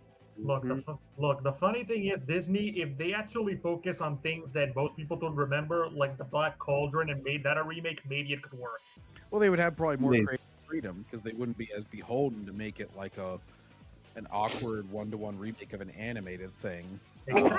I'm just waiting on them to try their hand at either Pocahontas or Oliver and Company. Oh, they would love to try that one. I'm waiting for them to try their hand at Song of the South. Yes. Anyways. Makes $1 billion in Alabama alone. Here's another one they can try Up. Who knows? Well, they probably will do that one, I'll be honest. Yeah. They're probably going to do a live action Toy Story if they really want to start. Yeah, they already confirmed it. Are you kidding me? Yep. Oh my god. Yeah, that one's. I guarantee the first one of those will probably make $1 billion because they'll be like they'll play the slow trailer version of "You Got a Friend." Dum dum Don't. You Yeah, got a friend. Have you heard any of Randy Newman's other songs? No. I mean, I probably have. None of them are memorable enough for me to rattle off. well, there's some good ones. He likes to say the N-word in some of his songs. Oh shit! Aw, Oh yeah. He's like Darth Angel words. My favorite gamer word with the hard Yeah. R. Anyways. Track the J.J. Abrams film specifically, and Mission Impossible. And it's primarily stayed there, with the big exception being Top Gun Maverick. They've produced many other shows as well and many other movies, but none as big as those, because they don't really make much money outside of their key IP and Top Gun. Like, yeah, Mission Impossible. Gee, it's almost like they need more successful. key IP. I wonder what company they could buy to supply such a thing. I wonder. God, Ant is such a. It's fucking such a fuck. mystery. Schweinhund. Ant, Except for I the got a most recent question for one. you. Do you snort glue by the hour, bro? Just Eh. a serious question, bro. Jesus Christ. Even the most baked potato would know this. Yeah. Anyways. Mission Impossible: The Final Reckoning. Now, conservatively, the break-even point for this is $800 million. That's so Yep. much Yet money. again. It's also been reported. Yeah, but he has to reiterate his What does point. he have against Tom Cruise and/or Mission Impossible? Jeez. I don't know. Probably because Tom Cruise hated Dragon Age Failguard. Probably. no. John, don't you see Tom Cruise? He's a mature, strong alpha male. He's a national treasure. Oh, he's a Yeah. midget, but also yes, he is in his movies. He's an alpha male. Right. Anyways. That it's closer Birdman. to a We all but know this what made his $598 attack on million. Tom Cruise would be. He'd be like, "You're very short, Tom. I'm more handsome than you are." Blah. Yeah. Anyways. So just shy of 600. A Mission Impossible movie should be a success if it makes $600 million. I know, right? That's a given, right? The most recent one As Right. long as with the budget, that What? can be easily corrected. By the way, like I don't even know what he's. I'm gonna check, but I'll keep playing the vid. Most of the Mission Impossible movies did not make like I think Fallout was the most successful one. And it didn't make like $1 billion, I don't think. I think it made like 800 something million. Pretty sure like Mission Impossible 5 made like 700 something million. So like none of them would have been profitable but that budget. It was a crazy budget. Okay. And that was under previous ownership, as Ant just made that point that he didn't own it yet. So if he'd gotten it down to like $150 million budget, even a $200 million budget, you would have had a 3 times return. Okay, The Final Reckoning 2025 concluded its theatrical run with approximately 595 with 599 million So- worldwide, 100, which means 199 million domestic, 401 million international. Due to a reported 400 million production budget, the film is considered a box office flop, with estimated suggesting a loss of roughly 200 million. Okay, and for Mission Impossible Fallout, it had a budget of 178, 280 million, and had a box office of 791.1 million. So, wait, let's see, how much was Final Reckoning? It was, yeah, so it had a bigger budget of 300 to 400 million with a 598.8 million box office. So, yeah. I look on rewatches. I still I love Mission Impossible Fallout. I did not get the same feeling from Dead Reckoning or Final Reckoning, so Right. they did They're not as- need that. They're not as good at movies. Yes. But like literally at the budget of any of the previous ones, a $600 million box office would have been profitable. Yes. So like it was only the budget on the final films that was crazy. It wasn't. It was unrealistic expectations. Yes. Like, the So franchise despite- had been gradually growing, but it wasn't going to leap up to that level. Yes, yeah, so basically, performance-wise, despite having the franchise largest opening weekend at 79 million, it failed to break even. Alright, anyways. Probably lost a good deal of money because it didn't make a whole lot back. But it was the big grand finale as well. Which Wait, it means didn't make you can't anything trust back. Mission Impossible. He's still trying to push his bullshit with if it outdoes like the budget, then it's profitable. It didn't break even, and what the fuck? He has to maintain that stance though, because he can't admit that other movies are failures. So he's got to Mhm. maintain that, like, oh, if it outdoes the budget, then it's good. Oh my god. To keep pumping out films. That whole line is done. Tom Cruise is stepping back from it. But Ellison did produce Top Gun Maverick, which is one of the best action films in recent memory. Sure. Or rather, Tom Cruise made Top Gun Maverick. You see what I'm saying? You can't say no. You can't say that after you just bashed Tom Cruise for failing with Dead Reckoning and Final Reckoning. Now we can't give credit if a guy who, as an actor, is a significant producer on a film. We can't go with the studio where they're He didn't own it then. Like, there are so many things wrong with this point. It's difficult to know where to start. It's like, okay, for one, Ellison didn't own Paramount at that point. Those films were greenlit. Mm-hmm. For two, yes, a lot of actors end up getting producing credits as they become more established. Even Sydney Sweeney on The Housemaid and shit, she has a producing credit. I know what's her face, Amanda Seyfried does, and she didn't even know about it. Like, that's how much a lot of times producers don't even know that they're the fucking producers, because like literally Amanda Seyfried said this, like, like, I didn't know I was until we were well into production and somebody asked me my opinion on something. Like, most of the time, from the way I see it, some actors get producer credits only because if the studio doesn't like give them the amount of, their asking fee, then usually they try to comp them by giving some kind of a creative control, or in this case, a producer credit. Or like creative control, brother. They get some back end payout if they don't get the front end payout. Like, Yeah, they're like, yeah, I'll get yeah. a certain percentage of the box office. They could or just whatever. wag their finger and go, "That don't work for me, brother." Well, And that's then what they get their pay. RDJ, everybody always talks about, like, oh, he jumped from, I think he was like 500K on the first Iron Man to like 5 or 7 million or something on Iron Man 2, and then he was like 50 million for the first Avengers. It's like, wow, how do you negotiate that? It's like, well, it was kind of a back end deal. It's because the first Avengers made so much money that his back end deal ended up being extremely profitable. Right. Yo, guys, check this out. Apparently, James Gunn missed David Ellison's first Paramount W. That's because David Ellison was too busy railing his wife in the break room, and James Gunn had to watch it. That's the first sign that you know this universe is gonna die. Oh yeah.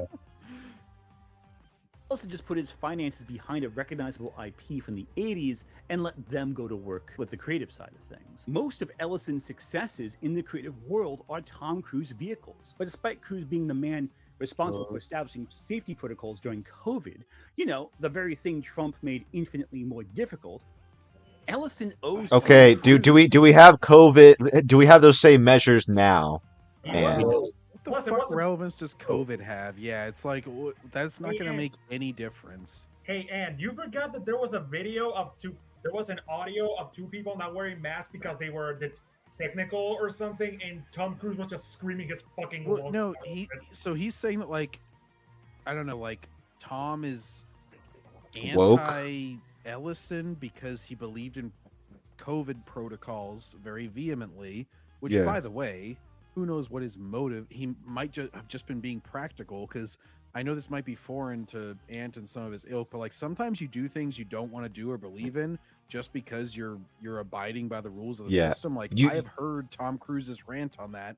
It doesn't sound like he's not making like a scientific argument going, you all need to get vaxxed or something. He's like, Yeah. we need to do this so that we can I continue don't want to get to shut down. I don't Yeah. want all this money to go to waste because of you idiots.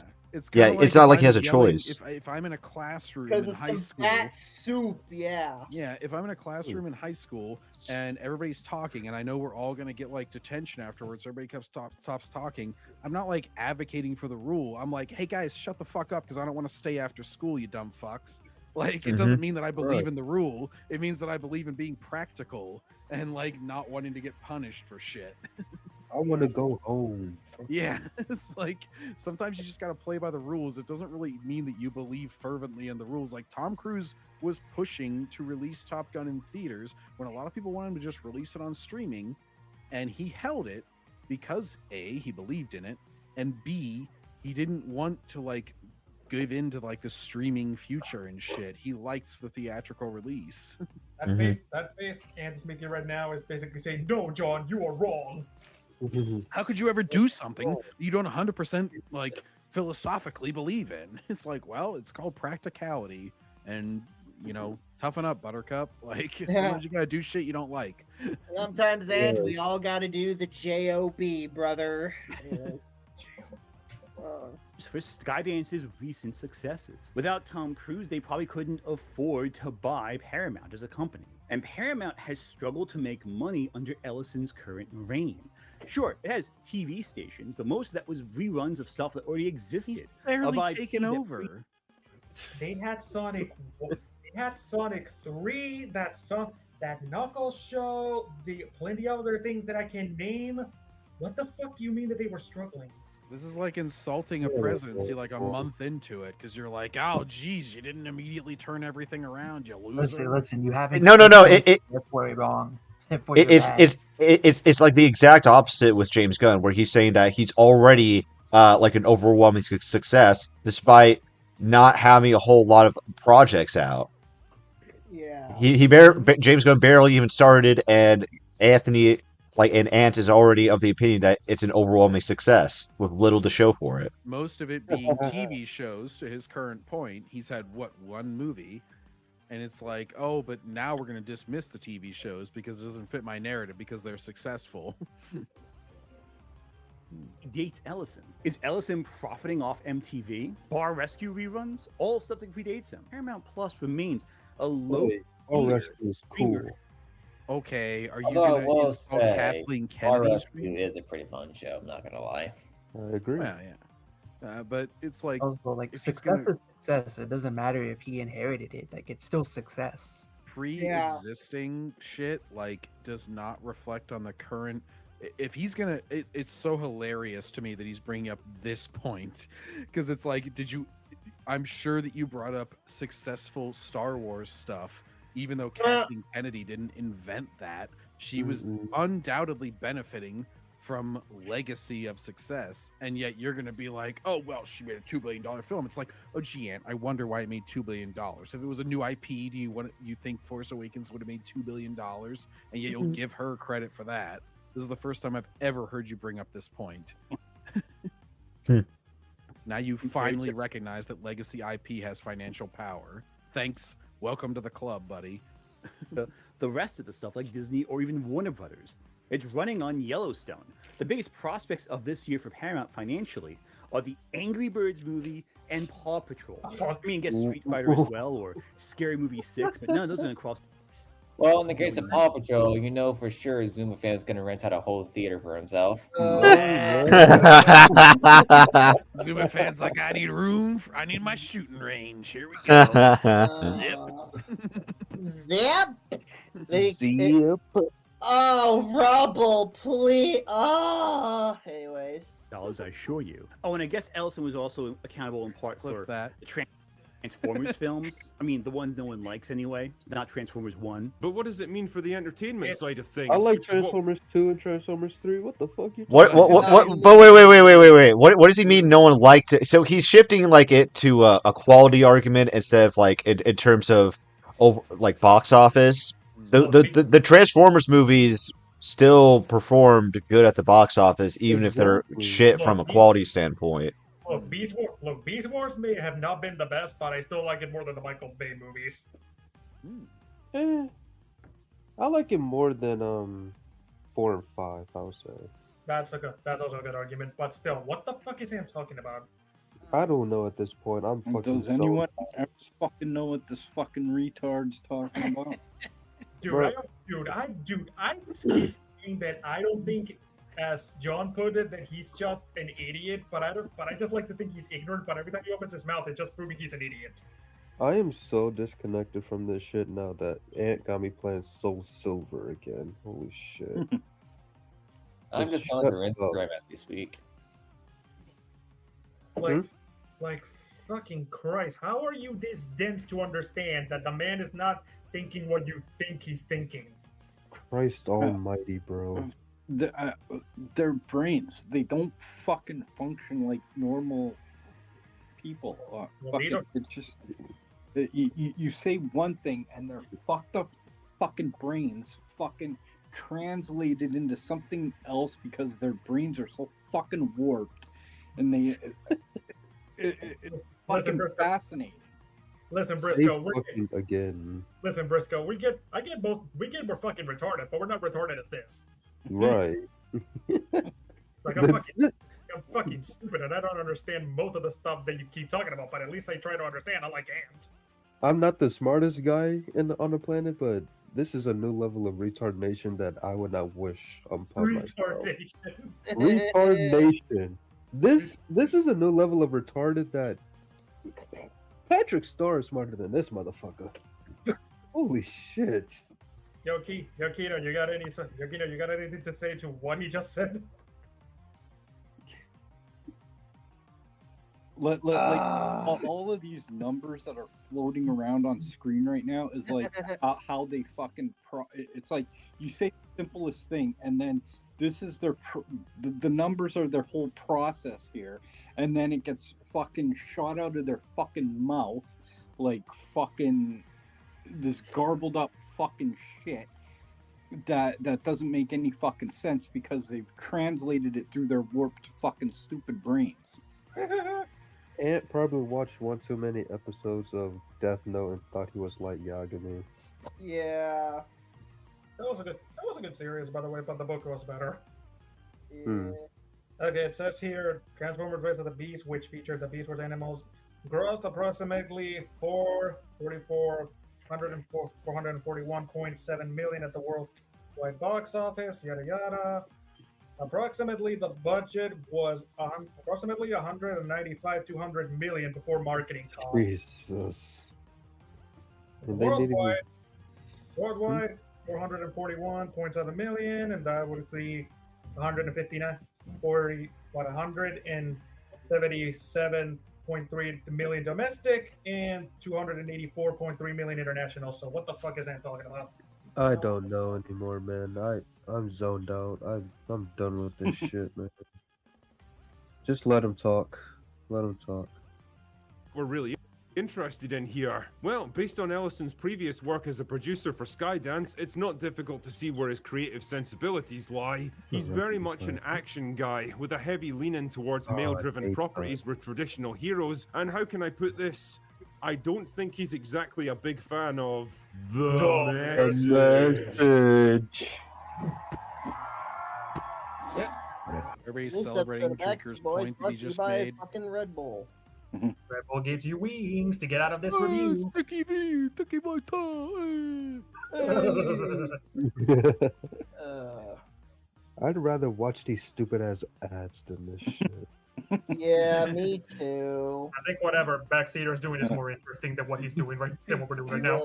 He's like, why do these ads or why does this video keep interrupting my ads? Damn it! I mean, I'd rather watch my cock get smaller than fucking. Oh my god! What? Oh shit! Jesus! Oh god! I'd rather watch WrestleMania 9 than watch Ant. You know what I'm saying? I would rather not watch that, Briscoe. Well, I didn't say you had to. I would. That's saying a lot because WrestleMania 9 is one of the worst pay-per-views. I do love Drinker's graphic here. I have to say, he's got Briscoe, you went too far. Don't you know that Keto has a cameraman so he can see it more pixelated? Oh no, and it's forever preserved on his memory card. I like how there's just a random old lady right next to the social justice. Well, you know, this particular graphic, they have to give everyone. What the fuck is the traveling family in the middle? They just like got their luggage and a kid, and they're just like, why is that even part of equality? Equal rights, equal flights. You know what I'm saying? Yeah. Let's just this point right here by Drinker. Does Ellison exclusively produce action films? He didn't say exclusively. No. He said largely. He leans towards action films. Yeah. Not to mention, if you look at the list that Ellison produced, He also produced Spellbound, which Yeah. was an animated movie with Rachel Zegler. It's like James Cameron leans more towards fucking action films, but he also made Titanic. Yeah. Right. Roland Emmerich leans towards disaster movies, yet he made that one movie that's Shakespeare. Like, creators can have oddballs, and... Anyway. It's not out of the Every norm. director and every producer, it's not much of a monolith thing where they always produce one particular niche area. Like, look at Sam Raimi, for example. He's mostly known for his horror films, but he also has the Spider-Man trilogy. Yeah. Yeah. He also did that one weird Wizard of Oz movie, but yeah. He did Dark too, but He can make like a weird film, but that still wouldn't overshadow his reputation as a horror icon, like an iconic horror director. Yeah. Yep. But let's see what his the rest of the band's point is. No, he doesn't. Does Ellison refuse to make woke movies? Also, no. Okay, so this needs to be addressed. This needs to be addressed. But those films like Dark Fate, etc., those were during a time when like peak wokeness, I guess you could call it, where it was like being pushed onto people to see if it will work, and it failed. The Ghostbusters remake, that failed. The Charlie's Angels reboot, that failed. The Ocean's 11 reboot, that failed. I can go on. But people like notice these failures. Hollywood executives notice these failures, and they don't repeat it if they're not making money. So it's not too hard to imagine that Ellison knows that these are failures and that he's going to not repeat those same mistakes if he's not pushing them now. Yeah, and you can't use Terminator Dark. You can't use that movie because it was universally hated even by hardcore Terminator fans. They would rather see Salvation. To be fair, Salvation wasn't all that bad. Like I said, it's not that. Yeah, like I said, if you have to choose between that one or Salvation, I would choose Salvation every day. Oh, 100% Salvation. I would rather suffer through that again. And you know why I know that? Because it's something that I can tell Drinker didn't do because I can see what links he pushed on the screen. I actually went through Ellison's entire body of work. And let me tell you, Ellison doesn't really care about fighting. I mean, he could, but that doesn't change his point at all. Right. Congratulations, you did basic research. Do you want a cookie? And even if you did, we don't believe you. Right. As much as you think. I noticed you only clicked on a few of those links right there. You fucked up by not clicking on the rest, I assure you. You have to click on every link or else your pointer's invalid. You didn't click on Top Gun Maverick. Whoa, I got you there. You didn't click on Terminator Genesis. You didn't click on Spy Kids Armageddon. What the fuck? Armageddon? What? I never heard of that either, I'll be perfectly honest with Wait, you. what was that? Yeah, it was basically a continuation of a new set of kids that were spy kids, and the old ones were basically still working on the agency. Oh my god! Oh wait, if they're older, then they're technically not kids anymore. Like, it'll be spy teenagers. All right, so correct me if I'm wrong, because it's been a while since I've seen the Spy Kids movie. Is it like a Kids Next Door thing where you're still need to be kids, but if you grow out of the age and you're decommissioned and your memories are wiped and you... No, because their parents Well, are not like spies, that. and they get Yeah. caught. That's why they have to Yeah. go in the first one. So it's more like a family of spies. Yeah, that movie basically follows another family that figures out that their mother was a spy. So it's more of a bloodline kind of thing than specifically kids. But the old characters, Junie and Carmen, were still around, but they were just like running the agency. Junie, I think I see the connection. Anyways, Oh my gosh, John, I'm on X, and Joshy Boy right here, from Den of Nerds, he says, I think I like One Piece even more. I think he means the live action show specifically. Yeah. I think I like One Piece even more because it stands to counter to the grumpy, fan-hating internet culture that has really set fandoms back. Like, fuck y'all haters, lol. And it's that dopey fuck who plays Luffy doing a fist pump. Dude, I saw that earlier. I couldn't even comment. I'm just like, Joshy boy, you've already clowned on yourself too much. I can't take this easy ass bait. Especially when they make the show, they make so many of the characters more stoic. Like Nami in the show will be like, "Whoa, Luffy, you're crazy! You need to stop!" And she'll like fucking strangle him and shit. And then and Nami in the live action show is like, "Luffy, you're gonna get us killed. Let me calculate this." It's like, wow, that's really crazy and optimistic, Joshy boy. Nami, the person who does shit for money. Yeah, the greedy gold digging gal. We can't have that. We just need to have her be more stoic. My God. Anyways, let's keep going here. Yes, Ellison did produce Top Gun Maverick. He did produce Mission Impossible. He also produced Terminator Genesis, Dark Fate, and Zero. You know, the bad one, the controversial. Yeah, one, the bad ones, and he is continuing the success that he has found from Top Gun Maverick. What does that tell you, Ant? I wouldn't He say has nothing else. Oh, there we go. Genesis wasn't great, but it wasn't bad neither compared to Dark Fate. Well, remind me when Ellison starts arguing that the people who didn't like Genesis are just sexist or something and starts leaning harder into that. That would be the problem that Drinker points out. It's not that you can never make a bad film.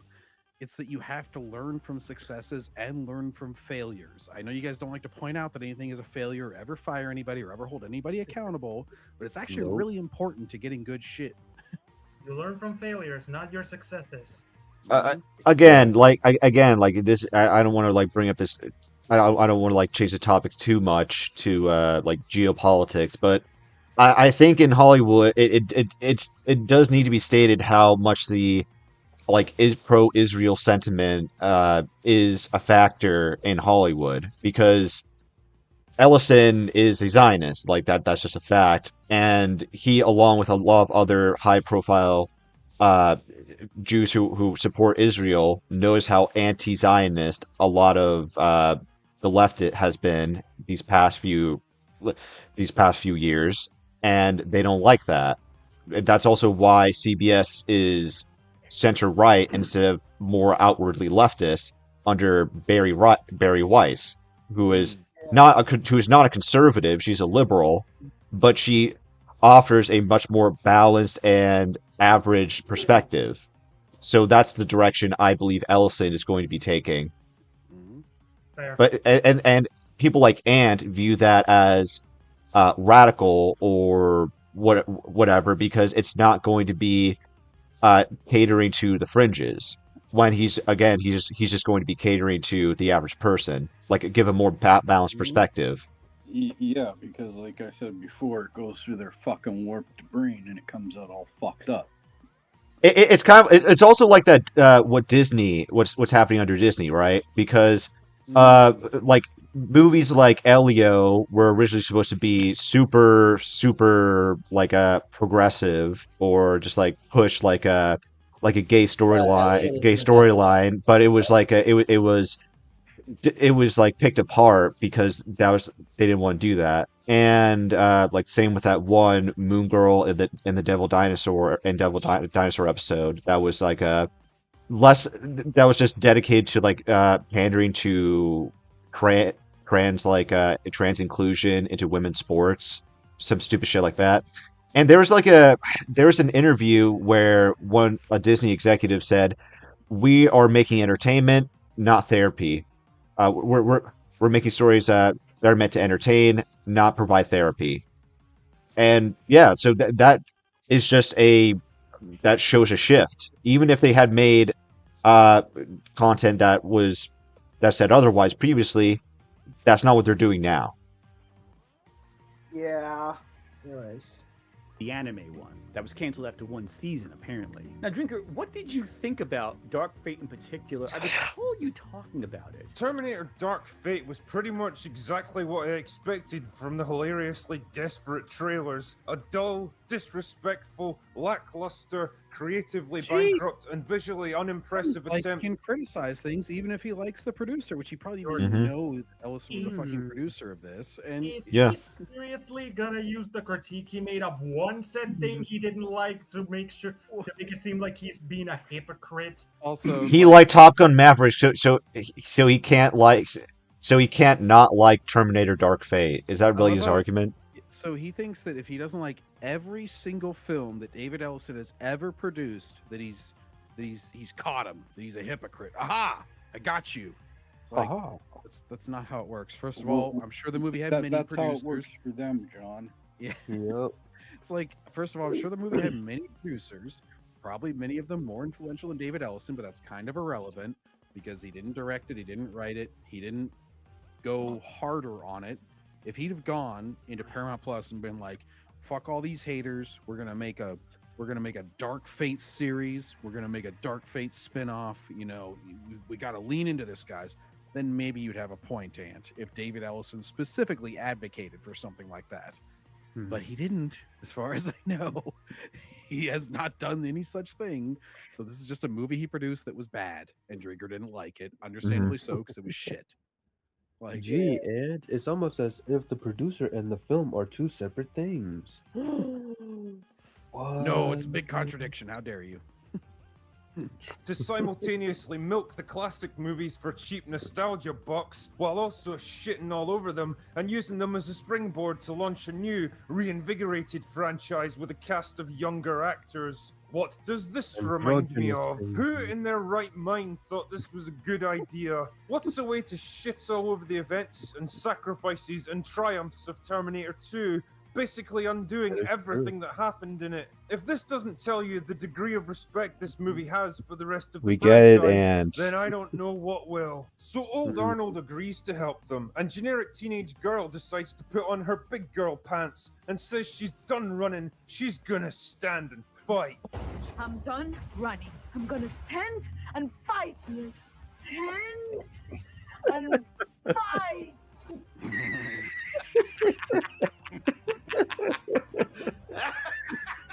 The day is waiting. That's Go so be fearless. hilarious. What is he communicating here? Like, I just, oh my god, bro. My brain is fried. I am exhausted already because of work, and this is even making it worse. Usually it would suffer, but unfortunately, like, we grow immunity to this stupidity. Yeah. I'm so fucking exhausted. It's muted, Cedar. Preschooler delivering the Gettysburg Address. I don't think he's exactly a big fan of the message. Yeah, this is the guy you want to have fight the message. The guy who you said is an arbiter of the message. Interesting. I see it. Who says that he's an arbiter of the message now? Like, who says that? Who says that it remains the same? Yeah. I mean, we're talking about a difference of like 7 years. All of those books behind you, and you're still a fucking idiot. Yeah. They're just props. He's never read those books. Exactly. I mean, the third manga is still in wrapping. You piece of shit. yeah, they've never been touched. Ever. And they're collecting dust. Oh, Lord. I'm done. Sci-fi novels, such as Annihilation, which stars a team of women, some of them women of color, and some of them queer. There's Altered Carbon, also, which is a good series on Netflix, which features a protagonist who literally becomes... Also, I remember Drinker praising that film, Armageddon, you know, like, yeah, it's not good, but at least they didn't shove it down your throat that it's a team of scientists, one of the big gay. I remember that from his review of it. Is Carbon that one series of Netflix where the guy gets sent, where they transfer consciousness into a body? I don't fucking know. The Black Man over the course. The series, thanks to the whole brain-swapping cyberpunk aesthetic of the whole series. There's the Old Guard, the Netflix show that's basically Oh generally been my highly god, that was awful. with a few gay characters thrown in as well. Okay, that's great. That's great, Ant. That's great, Ant. That doesn't refute anything he said. That doesn't refute a single thing he said. It all he's saying The is that he's exceptions do not break the rule, Ant. Yeah, they have LGBT. Cool. Do they bring anything to the plot at all that is personality and not their sexuality? So Ant just thinks that like Drinker hates anything with women, black people. alphabet people, yeah, any minority. It's the same thing that Eric G. Birdman all think. Like, oh, he hates all these things because he doesn't like this. And I'm like, no. And I'm like, no, he just hates this particular thing. It's always a contradiction to them whenever he praises anything or anybody associated with anything that involves those people. Meanwhile, it's all based on a false premise that they've constructed in their head that you hate all these groups. And it's like, well, maybe they don't hate all these groups. Maybe they just hate all these groups being patronized and like being like shoved in as a Teflon to criticism. It's Even not. most of the people that they like to defend are like, dude, we want to be treated. We appreciate it, but we don't want to be treated as this fucking thing. Yeah. Well, and the irony, of course, being that, like, when you butt heads, when two of those groups interact, like, they'll say, oh, Drinker uses retard. He's evil and he's ableist. And yet when a Tourette's guy says the N-word, then all of a sudden they're like, well, He's the fuck devil. that Tourette's guy. Yeah. He needs to apologize, says Birdman and Grace. And all of a sudden they're against disabled people, and they're like, well, you're just as bad because you said the R word. It's like, well, no, I'm not demanding that you apologize for, so I'm not as bad. But I understand you have your kind of tier of victims that you need to maintain. Well, it's like fucking when Eric's basically like fucking going like when somebody says, hey, do these gay people bring anything to table here? And Eric's like, oh, you just want them all rounded up and fucking shot and fucking he comes these ridiculous like conclusions. All this shit. By the way, Ant, this is Jameson. It's Irish. It's very different from a Scotch, which I also have. Just so you know. Despot of Artem, who made a great point about Elio. I know it was brought up earlier, but he's actually the first one that educated me about that movie. He is Irish, Ant. Just to culturally educate you, since you were somewhat of a bigot towards our islanded friends earlier. The fact that I share a planet with this guy is scary. I don't want to live on this planet anymore. It sounded like an Obi-Wan version of Professor. Angel, look at it this way. Most people are not like Ant, but when there are people like Ant, Bourbon, and everything, just think how stupid the average person is, and then realize half of them are stupid as that. Yes. Dude, I used to work at fucking Walmart. I encountered guys like this every day. Oh, shit. Yeah, I hate them all. Do we want to keep watching this, or have we like made our point? Do we want to like watch the rest of this? No, please, no. Keep going. I want to see how it maybe. Keep going. I want to see how stupid this As a gets. compromise, yeah, we could. He also produced Geostorm, Ghosted, and the animated film Luck, all three of which are runners-up for some of the worst films. Never even heard of Luck. I don't. I've never heard of any of these I don't know movies. if I would call Luck the worst. I've heard of Geostorm. So again, this is just cherry picking. This is just cherry picking from Ant because he doesn't want to acknowledge that he can make something good, like under this direction. Right. He would never do this for James Gunn, who also has a fair share of shitty films under his belt. James Gunn.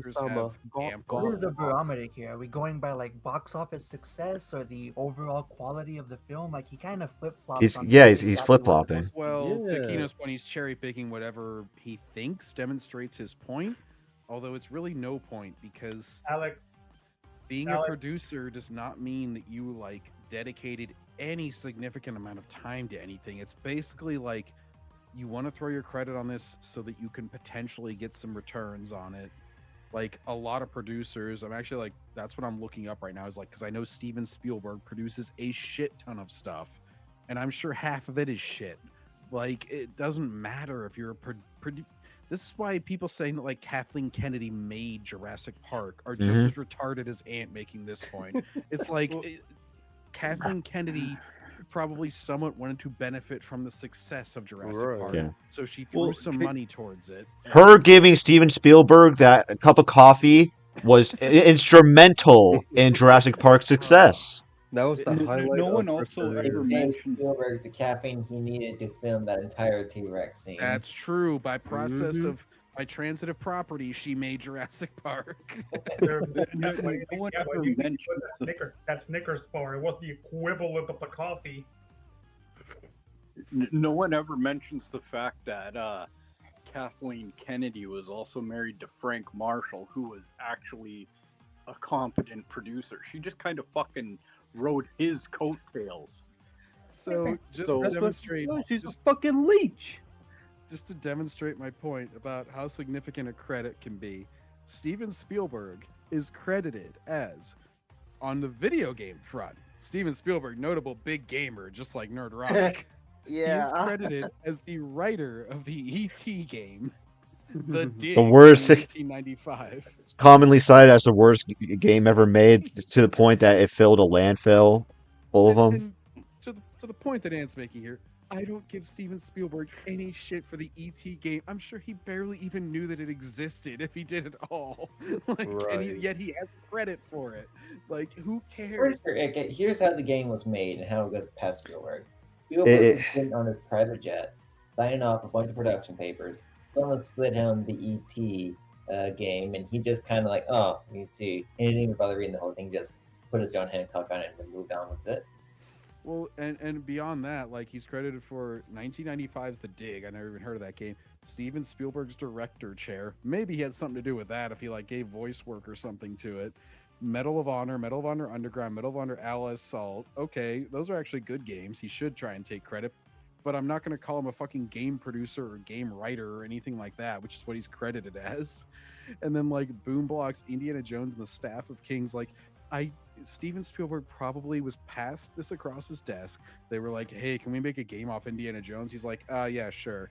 And then like that's probably the last that he heard of it. Like being a producer is the most insignificant credit probably close to it in Hollywood. Extended to him maybe giving these studios like a couple $1 million for their budget. That was probably all he did. Maybe. Yeah, maybe a pitch man, came into his office and was like, hey, we're gonna make this game. Do you like this general premise? He's like, yeah, sure. Like George Lucas is probably credited as a producer or something for every fucking Star Wars game ever made. You think George Lucas knew how to design a fucking game? Like, like who cares? These are bullshit credits that they're doing it to kind of hedge their bets a little bit. And like you could point out 100 more movies that are woke or whatever that Ellison was involved in. It does not prove your point, and I hate to tell you. It's a waste of time for everybody for you to point out every little project that you think proves your point. Let him do it. Decade, and none of them are testosterone-driven action films like Top Gun Maverick. But I mean, the drinker never heard of any of these movies before, obviously, right? And for every extraction, Does he need to? Does he really need to? action that turns out to be way better than it has any right to be, there's an old guard which starts out with such promise only to devolve into a boring, cheesy slog. Is he really just going to point out everything that Drinker didn't like that this guy ever had any hand in? Oh yeah, Drinker just said that it showed such promise and that it wasted a great idea. So doesn't that go against the whole point that Drinker hates certain groups of people and whatnot? I actually remember this because this is a bunch of immortals that got killed all the time. This show did have promise. I've seen this and I know it sucked ass. Mm-hmm. Poorly written, and basically amounting to 2 hours of pointless background noise. The movie centers on a group of mercenaries led by Andy, played by Charlize Theron. What the fuck is this weird trend of having female characters with male names? I mean, you're not breaking any glass ceilings with this one, you dicks. Annihilation never really caught on at the box office. I didn't know if that was part of Drinker's video or not for a second. I mean, who's to say that Anthony was merely screen recording Drinker's video? And Anthony burped, yeah. Damn it, Backseater, you put me in the back of the bus. I didn't How dare fucking put you. you in there, bro. You fucking internet fucked up, bro. I accidentally exited out the tab. Oh my god. Critically praised for its man performances in the and back of the casting and its thought-provoking story. Well, I can only assume these guys were thinking about a different movie because the only thoughts I had when the credits rolled were, I really need to find a better place to bury those bodies. The Wisconsin. You gotta love Drinker's edgy humor, though. Yeah. It's hilarious. I don't know, No, guys. who's We're to running say out of stuff to Ridden talk bodies here. Do we want to keep going? On some fish fry. Please, no. I mean, I feel like I want something to respond to because he's just showing long clips of a Yeah. point we've already responded to. Backseater, maybe play it on fast motion until he's done going through things that David Ellison Please. produced. Because Type that's kind of a 2 moot speed. point at this point. It's like boring. Sorry, I mean, why did I just waste 2 hours on this shite? It's odd how we only look at a few films with filmography. You get a very different message. He's also responsible for bringing the J.J. Abrams era of Star Trek to life, which means he is still responsible for technically making Sulu gay. Oh yeah, you mean the shitty Star Trek film that should have never been made? Not necessary to make the Force I'm Awakens. not sure if Ant's gonna get to this point.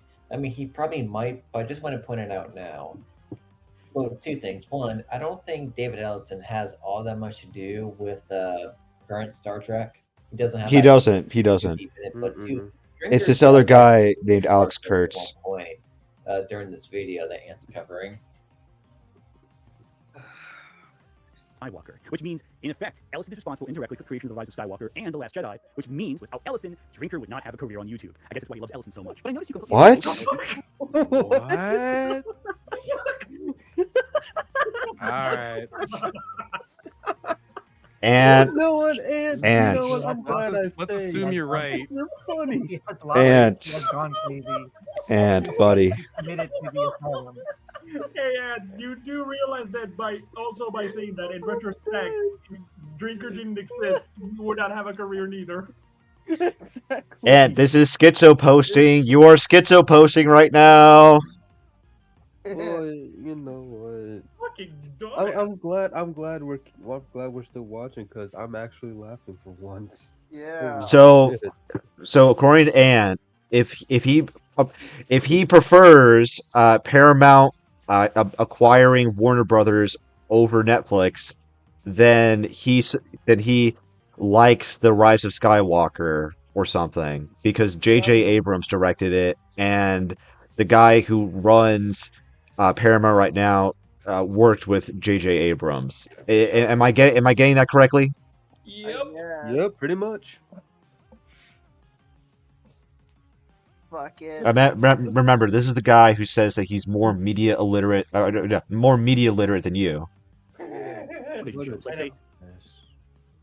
Oh, hey, he's adapting Neuromancer, Ant's favorite book ever. Oh, that's like a interest. Grace and Frankie, a TV show where 2 older women become friends after their husbands come out as gay and date each other. Or Dietland, a series where a plus-size writer is recruited by a radical feminist organization. And you certainly are I thought unaware that was that the Ellison is chick adapting... from This Is Us. I thought that was that chick. And does he? That one. Okay, and again, does he have any projects like this on the horizon, or did he say, "These are shit. Let's not waste our resources on making this shit, and actually give people what they want"? Right. Both Foundation and Neuromancer, 2 of the greatest sci-fi novels of all time, and choosing with his money to finance the expansion and fleshing out of roles for women in both. Interesting how that works out. The exact thing you're against, that sounds like. Hell, the women in Annihilation in the original novel aren't even given races or orientations. Hell, they don't even have names in the book. But all that was added in the film. In a very literal sense, they're given a race swap and orientation swap in the film. And you don't seem to realize Well, it's not a swap if they're not given one, actually. It's only a swap if you have like a Snape scenario where he's That's not how that- specifically, And we don't give a shit about your favorite books because if you like them, then by extension, we should hate it. Right. Bro, Just just sounds really watching impossible. Ant on 2 times speed, I'm thinking of the meme of the guy by the whiteboard. I'm just thinking of that meme. What, Charlie from Always Sunny in Philadelphia, where he's like, No, it was a meme where it's like Oh, it's like a the guy fast who has the video. whiteboard and he's writing everything down and explaining it to you. Yeah, that one. I'm just reminded of that. I don't know why. It's hilarious. Anyways, Awesome. And you just said, oh, that's all Ellison makes. I'm going to stop there. Now, none of this really matters, because it doesn't mean Ellison is woke or not. Far from it. But one of the new projects that was released under his tenure as Who are you acting like he is then? The Paramount What? Star Trek Starfleet Academy, a show you have rallied against its announcement, trying to turn it into the next Star Wars acolyte. I mean, considering Ellison owns Paramount already, Bro, he the doesn't have to business try. What? First of all, it's not going to be Star Wars Acolyte because nobody to gives a shit try. about it. Right. No one Second gives of all, a shit like, about Star Trek anymore. For the first time in years, there is not a single Star Trek show in production because they finally put a halt on it. It's the first time in like 10 plus years since like Discovery was made that there has not been one in production, because they've already made season 2 of Star Trek Academy, unfortunately. Oh, but also God. but also because Ellison probably has some second guesses about inheriting Kurtzman, because he did inherit him.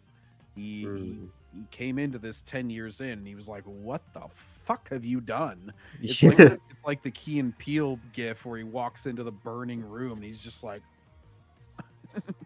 Actually, that's not a Key and Peele gif. That's a community gif. Get it right, racist. damn it. Racist! Whatever, it was a black guy. They all look alike. Donald Glover.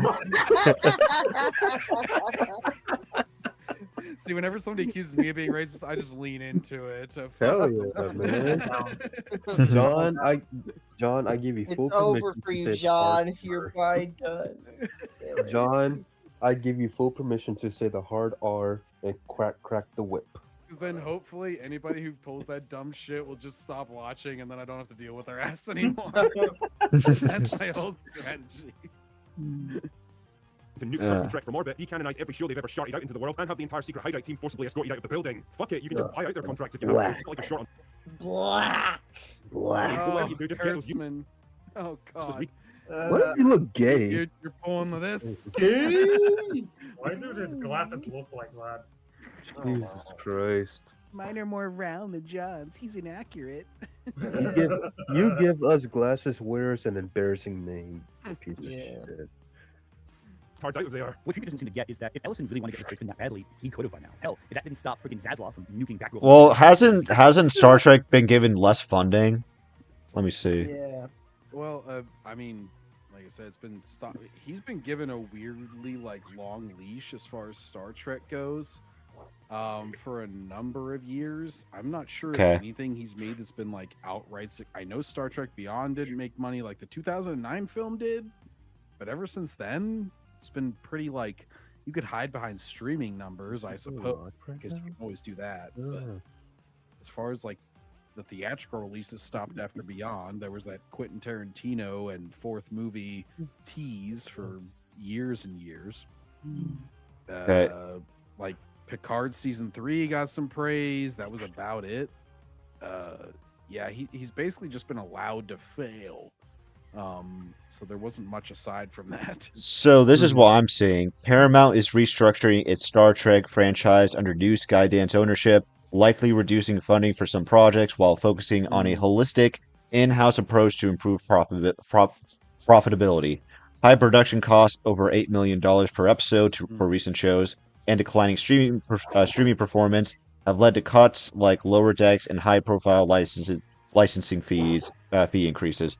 So yeah, like again, we just have to wait and see to see what sort of changes will result from like this new management or this merger. Yeah. Gentlemen, I have just been informed of something rather interesting. Uh-oh. So, you know what producer just vocally said she would absolutely 110% love to go back to Paramount? Oh, Charlie Kay. Victoria Alonso. They're fucked. AKA the same lady who may or may not have destroyed Phase 4 of Marvel. Oh my god. Wait, what was her exact role in that? She a writer for something? No, she was an executive producer. Oh, okay. Oh, fuck. Instead of leaving she's not getting a job there yet. She just said she would love to, considering she worked as a page for Paramount back in 2006. I'm sure she would love any job, to be honest with you. After wrecking the MCU, she's probably having a tough time finding any. Such a good job. Yeah, you did such a good job. Not only is letting Starfleet Academy air, he's letting both seasons of Film 4's rival air. Odd, isn't it? He could have prevented it. He could have stopped the production. Yet he can't. Yeah, And I this, think, is the mean, biggest you can have some content to put out, and the fucking freaks will stay subscribed for another couple of years. At least you can milk some more money off of their teeth. Yeah. Whatever. Exactly. Teats, yeah. Hold on, let's see what else he produced. Hang on. That the version Another Snake Eyes. That was a bit of a. That was a film. Drinker probably clicked on The Gorge, Spellbound, and They Will Kill You because he had no idea what the fuck they are. It's just like I actually do know They Will Kill You. It's got Zazie Beetz and Draco Malfoy. Isn't that a fucking YouTube channel? What? They Will Kill You? Yeah, that's a YouTube channel, isn't it? Oh, I don't know. I mean, I'm sure it is because there's a million YouTube channels. Or that's a there's that's an a underestimation. There's a called that. million YouTube channels. isn't entirely accurate to the reality. Now, is Ellison responsible creatively for that show? No, but he's not creatively involved with any of the things he did. He's not responsible for the show. Okay, you could just stop there. You could just stop there, Ants. All right, bro. We can stop Sound null here. and void. Does he not realize he just made his entire point like moot? Yeah, he just shot him on the foot. You're just spilling shit out of your ass, Ant. Here's another way he could have phrased that would have worked just as well for this video is, now is he heavily involved in any of those things? No, because everything I just said doesn't matter. That's a nice argument, man. How about you make it up with a source? Yeah. Oh, I love how he makes his argument and then just immediately debunks the entire thing. It's like, no wonder Eric Debunks doesn't go after your videos. It's because you do it to yourself. Yeah, also... The Backseater is a peak fire YouTuber, and Anthony Gramuglia is a piece of human garbage. Wow. At this point, you just gotta wonder, it's like, does Ant's brain just slow down like 90 to 90% every time he opens his mouth? Well, and this is why Maybe. I'm like, don't get as angry at him as like Birdman or Debunks or whatever, because I feel like he's like self-aware almost to a fault, where he'll like immediately just like debunk and destroy his entire like video that he just made in the last couple minutes of the video, or he'll just be like wildly off topic to the point where it's like, okay, whatever why are you even bringing this up? And so it's like, at least he's not as like arrogant and like just as angry as those guys. Right. I'm just like, I'm sort of indifferent towards you because you're just kind of clowning on yourself at a certain point. Yeah. And I know the perfect thing to call you. The male Grace Randolph. Because you both don't know what the fuck you're talking about, and you both piss me off. Look, all I know is that guy with Tourette's. He should really apologize to Darth Angel because he's clearly offended, even if you won't say so. By what he said that. Darth Angel, to be fair to Grace, at least she had a brain to say the bride was shit. There you go. She had a brain cell. I'm not going to give her credit for a whole brain there. But what about Warner Brothers' other IPs like Lord of the Rings, Game of Thrones, Harry Potter, and the entire DCU? Well, I'd be lying if I said I was disappointed they weren't going to fall under Netflix's control. I mean, Jesus, could you even begin to imagine what a Netflix adaptation of Lord of the Rings would look like? Hey, it's my family doing a Lord of the Rings cosplay.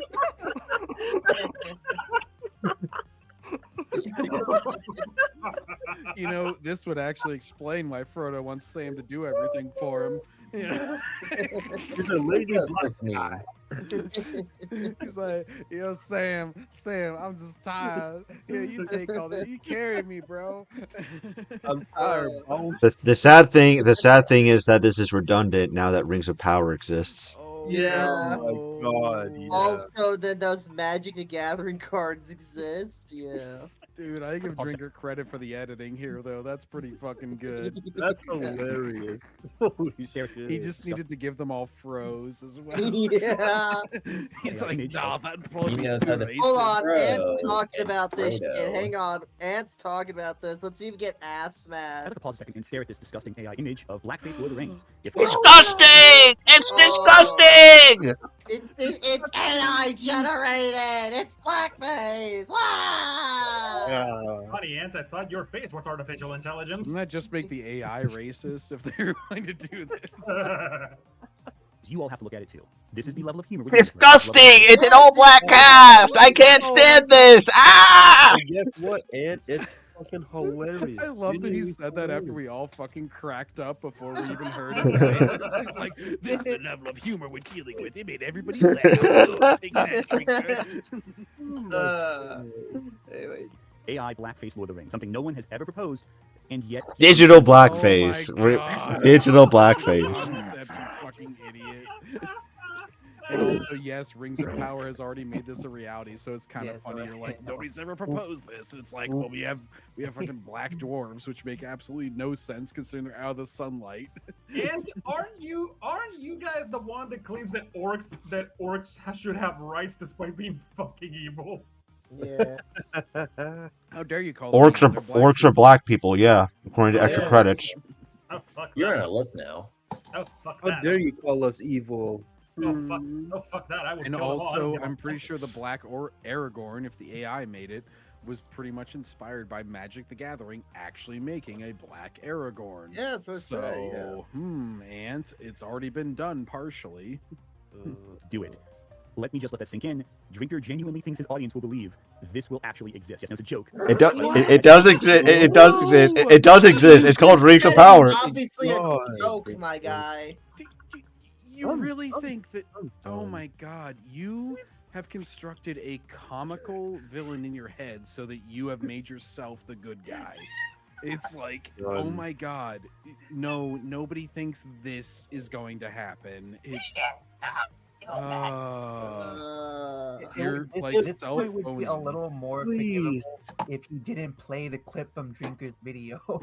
If he didn't just know what Drinker said. My fucking joke leading into the racism would not even match this, and he's like, "This is what they genuinely believe." It's just like, okay, buddy, sure. Okay, and now it's the need to ask: Did your brain go to your dick? Did your brain go to your dick, or did it went to your when it went out the fucking ear the moment you started this?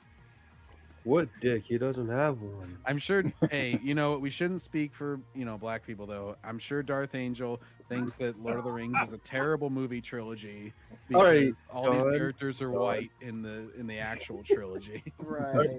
Realistically, I've only seen the first one. I haven't seen the last. Oh shit, Darth Angel, you gotta watch that shit. The image. I know it's really good. I just haven't got the time. The image of Dark Gandalf, just like in that scene when he gets dragged by the monster, and then it's just a rap song. The funnier thing about this is that his title is after the first movie. In the second and third, he's like the White, and so it would just be hilarious for a black guy to be like, "I am Gandalf the White." He's just like, and then Aragorn just looks at him. He's like, "Are you sure about that? Are you sure about that?" I mean, they pulled that with the live action Snow White. They pulled that with the live action Snow White. So. John, that was Gandalf the Light was his brother. He is the other one, Gandalf the Black. Black. We can call Gandalf the brother. We call this Lord of the Rings. Then chicken. It's Lord of the Rings. We was Lord of the Rings and shit. It gives a whole new context to Boromir now. He's just like, hey Frodo, give me that shit. It's not Sauron is not black. It's more like Wyron. Oh yeah, Sauron would be the one person. They change his armor all to white and shit, and they give him like a Nazi symbol. They're like, seek higher, these orcs. Well, I'll tell you this. Black Ladriel is better than Guy Ladriel. That's true. They would probably take Guy Ladriel as like a trans allegory or something nowadays. Yeah. Hang on, y'all. I'm gonna be working on something really special now. Let's keep going. ChatGPT or Grok, whatever He's it uses, cooking. make Lord of the Rings black. He has put more effort into this than Warner Brothers has ever put into making anything. And Legolas would also be holding his bow sideways if he were really Yeah, that would actually look badass though. That would be cool. Oh my god, Ant said he put much work into this image than the actual fucking video. Yeah, I know. Drinker, the funniest thing is Drinker would probably respond to that to be like, yeah, I don't really put a lot of work into my videos and I still get more views than you stupid fuck. Yeah. Yeah. That's a great Shrek impression. Call Ant a donkey.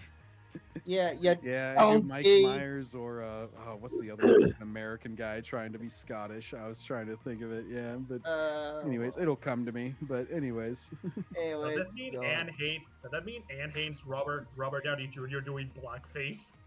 Probably. Probably. Or like to Gathering talk probably about go this like, oh, a lot of the chuds don't get it, but that fucking movie's supposed to be parodying blackface and shit. They lack media literacy. I think he actually did say something along those lines in another video of his. Ah, jeez. Anyways, keep going. Wouldn't get too comfortable in that Warner Brothers office if I were you, James. Drinker clearly thinks his deal will result in everyone he doesn't like going away, like James Gunn. And what's possible, Gunn might just leave like Sheridan did when the merger completes. The reality he'll is he just wants- leave, and you'll believe that PR statement of we have amicably parted on mutual terms. AKA, I got considering fucking the fired. fact that James Gunn literally skipped his first scheduled meeting with David Ellison, it's not hard to imagine that it's not out of the realm of possibility he might actually leave DC Studios. Well, and the thing is, though, like, Ant will not acknowledge that is him essentially being given the ultimatum of, like, you either leave or we're going to fire you. No, no, and we'll probably say, well, he did leave, but what if his wife needed? What if his wife was sick? What if his dog was sick? I mean, given the fact that James Gunn is a big dog lover, I could see him walking off a project because his dog got sick. God damn it. Anyways. Alright. Anyway, alright, let's keep going, folks. Gunn to say. Because like Sheridan, Ellison realizes Gunn is a massive talent who gets results financially, and most importantly, always makes his films Gunn is a massive talent who gets What- results financially. What are you using to get those numbers, Ant? Source, brother! Wow. He just says that like it's just an accepted fact. Yeah. Like you were just handed the keys to the kingdom. You were just handed the DC cinematic universe with Superman, Batman, Wonder Woman, all these things. And you maybe barely made a profit with your big debut? Yeah, just relying on the IP alone. Yeah, shut and up, like No, shut up. This is totally different. Please, let's be done with this shit already. Hang on, y'all. We're going, Hold up. Wait a minute. Ugh. Something ain't right. Oh my god. Oh no, it's Oh my god. Yes. Don't. I disavow. I disavow. Oh, come on, Kino. This is funny as fuck. I You gotta disavow. get out I here. disavow. Oh, come on, man. Don't make Ant look like Mr. Popo. That's not acceptable. That's not acceptable. Come on, man. Mr. Popo don't care. Backseater, you gotta put a disclaimer on this shit. My lawyer advised me that I must disavow this. Bro, Backseater, you gotta put a disclaimer. Whoa, that was crazy. It went. Back to the exception there. I know. Someone has to send that to Ant and just let Okay, him we crossed the line. I don't think we should cross it more. If he hopes to crawl anyways. out under the mountain of debt Look, accumulating. just maybe give Eric DeBunks a link to this stream just to trigger him. But I'm not gonna say to send anything to him. It's his choice if he wants to click on the stream. Yeah.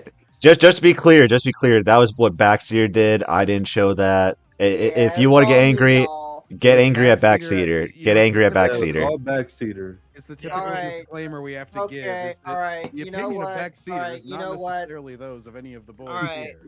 Okay, alright, listen, guys. Oh boy. Y'all convinced me. I crossed the line. Oh, Mr. no. Popo, if you're watching, I'm sorry I infringed on your likeness. I did not intend it at all. I know you're a really great guy. I like you a lot. You're actually my favorite DB character, and I did you absolutely dirty there. All right, now I seriously disavow that. I mean, come on. Well, he is. He's my favorite. But anyways. But why? Yeah, you deserve better, Popo. So you know what? If it makes you feel better, I'll send you $1 million your way to help you feel better and sort of like recover any copyright damages I accidentally did. Yeah, so there you go. This guy offended people and he's offering me money, Kami. Anyways, keep going. Actions, he is letting South Park and The Daily Show do what they want because it makes money. Ellison realizes Trump isn't going to be president for very long. He wants to make sure his media empire lasts. I mean, he'll longer, be and president businessmen as long as anybody else is. It's always a 4-year term, you idiot. I don't even think he supported Trump. So what's his point? Like, I don't know. like that. Regardless of the reality of entertainment doesn't change regardless of who is in office. Yeah. So what is And his he point? hasn't, like, Ellison has never brought up Trump during these negotiations. Which, by the way, the Netflix merger was going on under the Trump administration. So what difference does it make? Like, you're the first one to mention this. Yeah. Yeah, Joshy Boy will get upset at $1 million. Keto, do you know the backstory behind that? Mm-mm. Joshy no. Boy, eh? Yeah, do you remember the reason why Joshy Boy left Nerd Theory? Oh, because he needed $500 to his before he would appear on Star Wars Theory's stream. Yeah. Fucking really? 500. Yeah. Which, by the way, Backseater, you owe me, according to that rate, about like I'm just gonna say like 100K. We'll call it even. Alright. I'll pay you in Monopoly money. How does that sound? Fuck off. Fuck You off. know what, Backseater? Super chats. You know what, Backseater? Just for making me suffer through this piece of shit, and you owe me 500K. I want my reparations right now. Alright, I'll pay you in crypto, Dark Angel. Hey, Backseater, you're racist if you don't pay Dark Angel that much. I'll pay him in crypto. Oh god, I just had a Freudian slip. I called him Dark Angel just because he's black. Dark Angel, do you accept Applebee's gift cards? Applebee's gift. Hey, Applebee's, you know. Applebee's. Anyway, Wait, no, I'm Backseater, thinking of Backseater, TGI Fridays. just I was for thinking of their making Jack me in Daniels particular chicken. sit through this. I say you owe me $777,000 from Mom's Eater's bank account. I'll pay you that. Okay, you know what? Yeah, I'll actually give you. I'll while she's in bed tonight, I'll reach in her wallet, steal her fucking debit card, and I'll mail it to you in the mail. How about that, Evan? Oh, you give him the card, but you give me crypto. Yeah, crypto's Can we useful. give him the debit card? That one doesn't even have a credit limit. Alex, You could Alex, get do you more want out of the Keto? credit Alex, do you want Keto to give you something? Oh man. Oh my god. I'm gonna be Look, honest. I ain't taking the debit card. I don't After trust that. you actually having the money, so I'm going to take the credit card, which has a line of credit, and so that I can at least use some of it. Jesus. Yeah. You guys are all stupid. I'm going to take the credit card. See, we like to have fun on this channel. Yeah. Oh my god. Recent Star Trek productions are designed not necessarily to approach the woke, but to draw in new audiences because Star Trek's fandom It is 100% to draw on the woke. They had one episode where a dude beat a chick and he had to go, "Oh gosh, I cheated. I was so bad for doing that. Oh, I'm so sorry." And even if we were to take and at face value, they're not doing that because they're not sustaining those new people they get. Mm-hmm. The reason Star Trek Academy looks the way it does is to attract a younger audience who can then become fans for longer. That is the methodology they're employing. Nothing about Starfleet Academy should feel like an uncalculated risk by the people behind it, which does include Ellison now. They have to diversify their portfolio to draw in the biggest audience. You don't do that with the same shit every time. Yeah, Yellowstone did address a need that was apparent, but the reason Paramount Plus is struggling because it doesn't diversify. There's not 5 or 10 different shows with different demographics it needs, and it needs that portfolio. What? And Disney is highly reliant on a few IP and a very specific demographic of Disney adults, and yet you're not criticizing them. And do It you, needs to get peed on. and do you fucking hear yourself? Yeah. And you need to get peed on. Bad. Yeah, you need to get. Well, we're peeing on him in this stream, so it's all good. Whoa, I'm not part of this golden shower. What the fuck? Yeah, you're joining us. I'm out. Wait a minute. Nah, you're joining us. Excelled at. That's why they're buying Warner Brothers. But there is one aspect of Warner Brothers Discovery that will be immediately devalued, and that is CNN, which honestly already has been devalued thanks to Zaslav. But the real cost of Ellison's takeover is financial and industrial. Ellison plans on cutting $6 billion from cost from the company that he creates, which means shutting stuff down. That means you're going to lose media and not get anything to replace it. That means cutting down on experimental projects, lowering budgets, making special effects look worse. That means fewer risks. If you look at Ellison's body of work, all of them are fairly generic and fairly safe. Some of the more interesting projects like World War Z are essentially underwhelming adaptations of very interesting works of fiction. And I think even Drinker knows this, but he completely buries that element at the end of his video. That being said, I'm not going to pretend that this is an ideal outcome by any stretch, and I don't particularly love the idea of independent studios merging together into homogenous mega corporations because, let's be honest, it's bad for competition and bad for creativity. Oh look, But on the other he doesn't like any conglomeration. Yeah. That entire thing proves that he didn't say what you thought he said, dumbass. I think Well, a lot. they I think agree a, with him politically, yeah. I think a lot of Ant's content relies on his viewers not looking at certain point or not paying attention to certain points of his videos that completely invalidate the majority of it.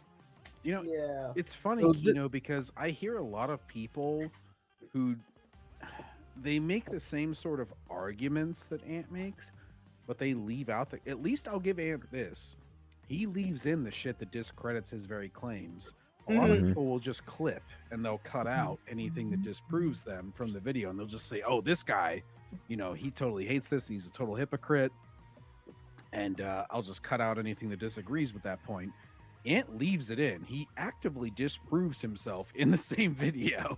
And it's kind of funny whenever you watch it, but it's also at least a degree of honesty. It's like, oh, okay, well, maybe you just like don't realize how much this invalidates your point.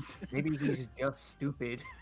Yeah, I mean, I think it like makes it at least more genuine, even if it's just as stupid. It's like, okay, well, I can literally point to your video. I don't even have to go back to the source. Like, I remember whenever you were doing Birdman, Kino, and you had to go to the larger clips in Charlie Kirk's like speeches and everything to, you know, disprove how he took things out of context. It's like, at least he provides the context. It may actively disprove his entire point, but he does provide it. You know, gentlemen, I just realized something. We What? are all Charlie Kirk. Oh shit. We're all the sons of the Patriots now. And if ever there was a definitive signal that the age of identity politics Charlie Kirk. and the message has come to an end in Hollywood, I think this just might be it. The great experiment that's decimated pop culture for the past decade is well and truly over. Good fucking riddance. The only question now is when can the age of Yeah. begin? Drinker sees it as a necessary evil to stop the woke if it means studios are merged and bought out and productions are halted and all that good stuff. No. This was a whole nothing burger video, Ant. Do you think Ant realizes he looks like that screaming liberal? I don't know.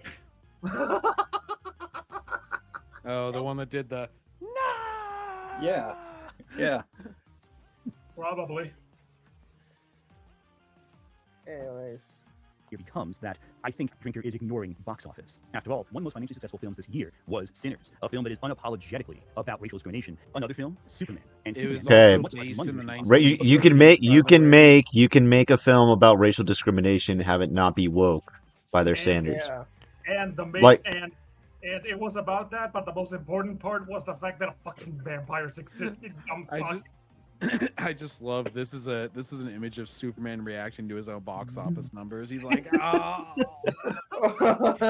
Again, this film couldn't even surpass Demon Slayer.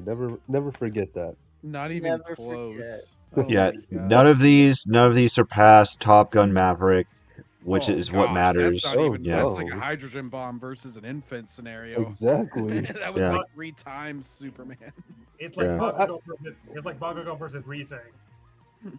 I highly doubt this film surpassed the first few X-Men movies, even And- Last Stand. To be clear, I realize it's not like a superhero genre or whatever, because that's then what they changed the conversation to and tried to make it about. The reason I bring up Demon Slayer is because it came out like a month after Superman, and absolutely nobody at the beginning of summer would have said they were all predicting 800 million, a billion, whatever for Superman. They were all putting in their box office predictions, and it turned out to be way underperforming. And then after the fact, they were like, "Oh well, because of post-COVID, because of a superhero genre." They keep using that excuse, and it's like, no, we were over that. Maybe the movie just sucked. We've been over that. I mean, Barbenheimer fucking came out the year before, and yet you're trying to use this a year after that. Like, Fucking Deadpool and Wolverine is is another post-COVID movie, and it did really well. It may have been like a mid-ass movie, but it got money back. Box office. Yep, every 800 million plus post-COVID movie disproves the COVID theory. And yet Exactly. they still pull it out every time a movie does poorly. Alright, let's keep going. For that matter, everything Skydance did got overshadowed by Demon Slayer, an anime filled with badass ladies. I don't think that Ellison's anti-woke policies will compare. Oh my to God. If we disprove What? some fucking culture, Oh my shit. God. Wait, The go lady back, actually go back. died in Demon Slayer, and another What? one highly admired her male protector. Again, like this is how Anne like it frames the conversation. A movie can't have women, black people, or any other like a non-white straight character and be called a normal. It has to be. It's part of his weird ideology, which it isn't. No, like No. What did he say? I didn't hear that. Me neither. Go back. Possible, but grossed more than Mission Impossible. For that matter, everything Skydance did got overshadowed by Demon Slayer, an anime filled with badass ladies. I don't think that Ellison's anti and men. There are men in Demon Slayer. Okay, so the yeah, because men bad. I forgot. the Men bad. badass ladies that he's referring to, there are two prominent Hashira who are female. It is the poison one, or butterfly, or whatever her name is here, and then there's Mitsuri Kanroji, which Baxter, if you want to pull up an image of her, I'm pretty sure she would not substantiate any sort of woke ideology. No, because Mitsuri Kanroji has an outfit like this, except she has tits, so more the ginger. Oh, is she the one that said that her dream was to live like a family and a good man? Her dream is to find a man stronger than her who she can marry. And I'm pretty sure every single fucking thing about her appearance. Oh God! Her appearance. Is this thing woke for you? Her appearance and her motive, and she fights. She is the love Hashira. I don't know. I see two big reasons right there for why this might not be considered woke. Your comical mischaracterization of Drinker or anybody else who says that, like, oh, I don't like woke shit ideology. And I'm not, you know what, Mitsuri, even her personality alone would be enough to be like anti your ideology, because she, at the very beginning of the movie, she is saved by the fucking snake Hashira who's like kills a bunch of demons, and she's all like, you know, oh my gosh, you're my hero, I love you so much, because she's like fucking totally smitten with the guy. You know what a woke person would do, Aunt, just to give you an idea? She would be like, she would slaughter all the dudes before the man. She'd just be like, you know, get behind me and fuck you. And it's just like, yes, like it would be the Ray. Stop holding my hand. Yes, like Ray. Yeah, it's like Giovanna from Guilty Gear Strive, where she's a badass woman, but she's like she has two big reasons, and the guard tells her, "Can you button your shirt up?" And she says, "Well, how else am I supposed to find a good man?" And I'm like, she's not wrong. And by the way, the other one, Shinobu, she fucking gets killed in the movie. And she loses, and that would never be allowed. Exactly. And there are these the two most prominent women who I'm assuming you're referring to, Ant, because I can't think of any other prominent women in the film other than like map makers back in the Demon Slayer HQ. So, John, what you're saying is the Demon Slayer treated their protagonists and women like actual people who can die. Yes, they're normal. They're not weak, but they are normal. And they have weaknesses, strengths. They aren't afraid to show affection. They aren't like total bitch Mary Sue's, which I understand, like, that's what you would frame as like, oh gosh, Rick, you're such a sexist for wanting that. Guess what? They're fucking normal. And that's why it was so refreshing. And all these people who are like, oh, if this came out today, you would hate it. If this came out. Guess what? I saw Kill Bill: The Whole Bloody Affair after seeing like shit like Predator Badlands, and I was like, holy shit, this is how you used to write strong women. It's so easy and it's so good. She doesn't spend a single second of that film going, oh gosh, you men are all underestimating. Instead, it has Pai Mei twisting her arm behind her back and saying, you're a useless American cow and you can only talk about shopping and everything. It's like they're not willing to put them in a position of weakness at any time in the film because they view it as sexist. Another point for Demon Slayer is that Shinobu is canonically the weakest member of the Hashira in terms of power scaling, according to the author herself. Yeah, another point is that it has a female author, yes. So anything. Same thing with Full Metal Alchemist Brotherhood, by the way. Which is a good anime. I could say that he lacks media literacy. In a recent anime, Gachiakuta also has a female Arthur. She has been beefing with online activists like Anthony, or just people who are lecturing her on how to write her story, and she's just telling them all to fuck off. It's Wait, great. who, the Gachiakuta Arthur? Yes. Oh fucking! She's Christ. they're saying that her characters are gay, non-binary, and she's saying, no, that's not fucking true. Don't tell me what my series is. The only character I thought that was non-binary was Remlin, because they never gave the character like a specific gender in the anime, if I remember correctly. So I thought that was the only non-binary character. Other than that, I got none of that from any other character. Just like As that. one of the biggest hits of the year. So let me ask you again here, Drinker. Is anything actually shifting, or is Ellison... How is Demon Slayer woke? You have not actually articulated that. Went pretty extensively over that, about how it goes specifically against Ant's ideology in a number of ways. He doesn't care. The fact that he's trying to spin that in his favor, and I am sure that pre-release he would have never brought up that fucking movie, is the most hilarious thing in the world. Yeah. He doesn't care. He just needs an excuse to don't drink her. Doing make films people want to see. And Paramount has a blacklist of actors who are not politically aligned with them, like say Melissa Barrera. But it almost doesn't matter because they'll be making less shows and movies, and so their blacklist will have less pull because they're making and less by the stuff. way, I just thought of Demon Slayer does an absolute fridging in that Akaza's backstory.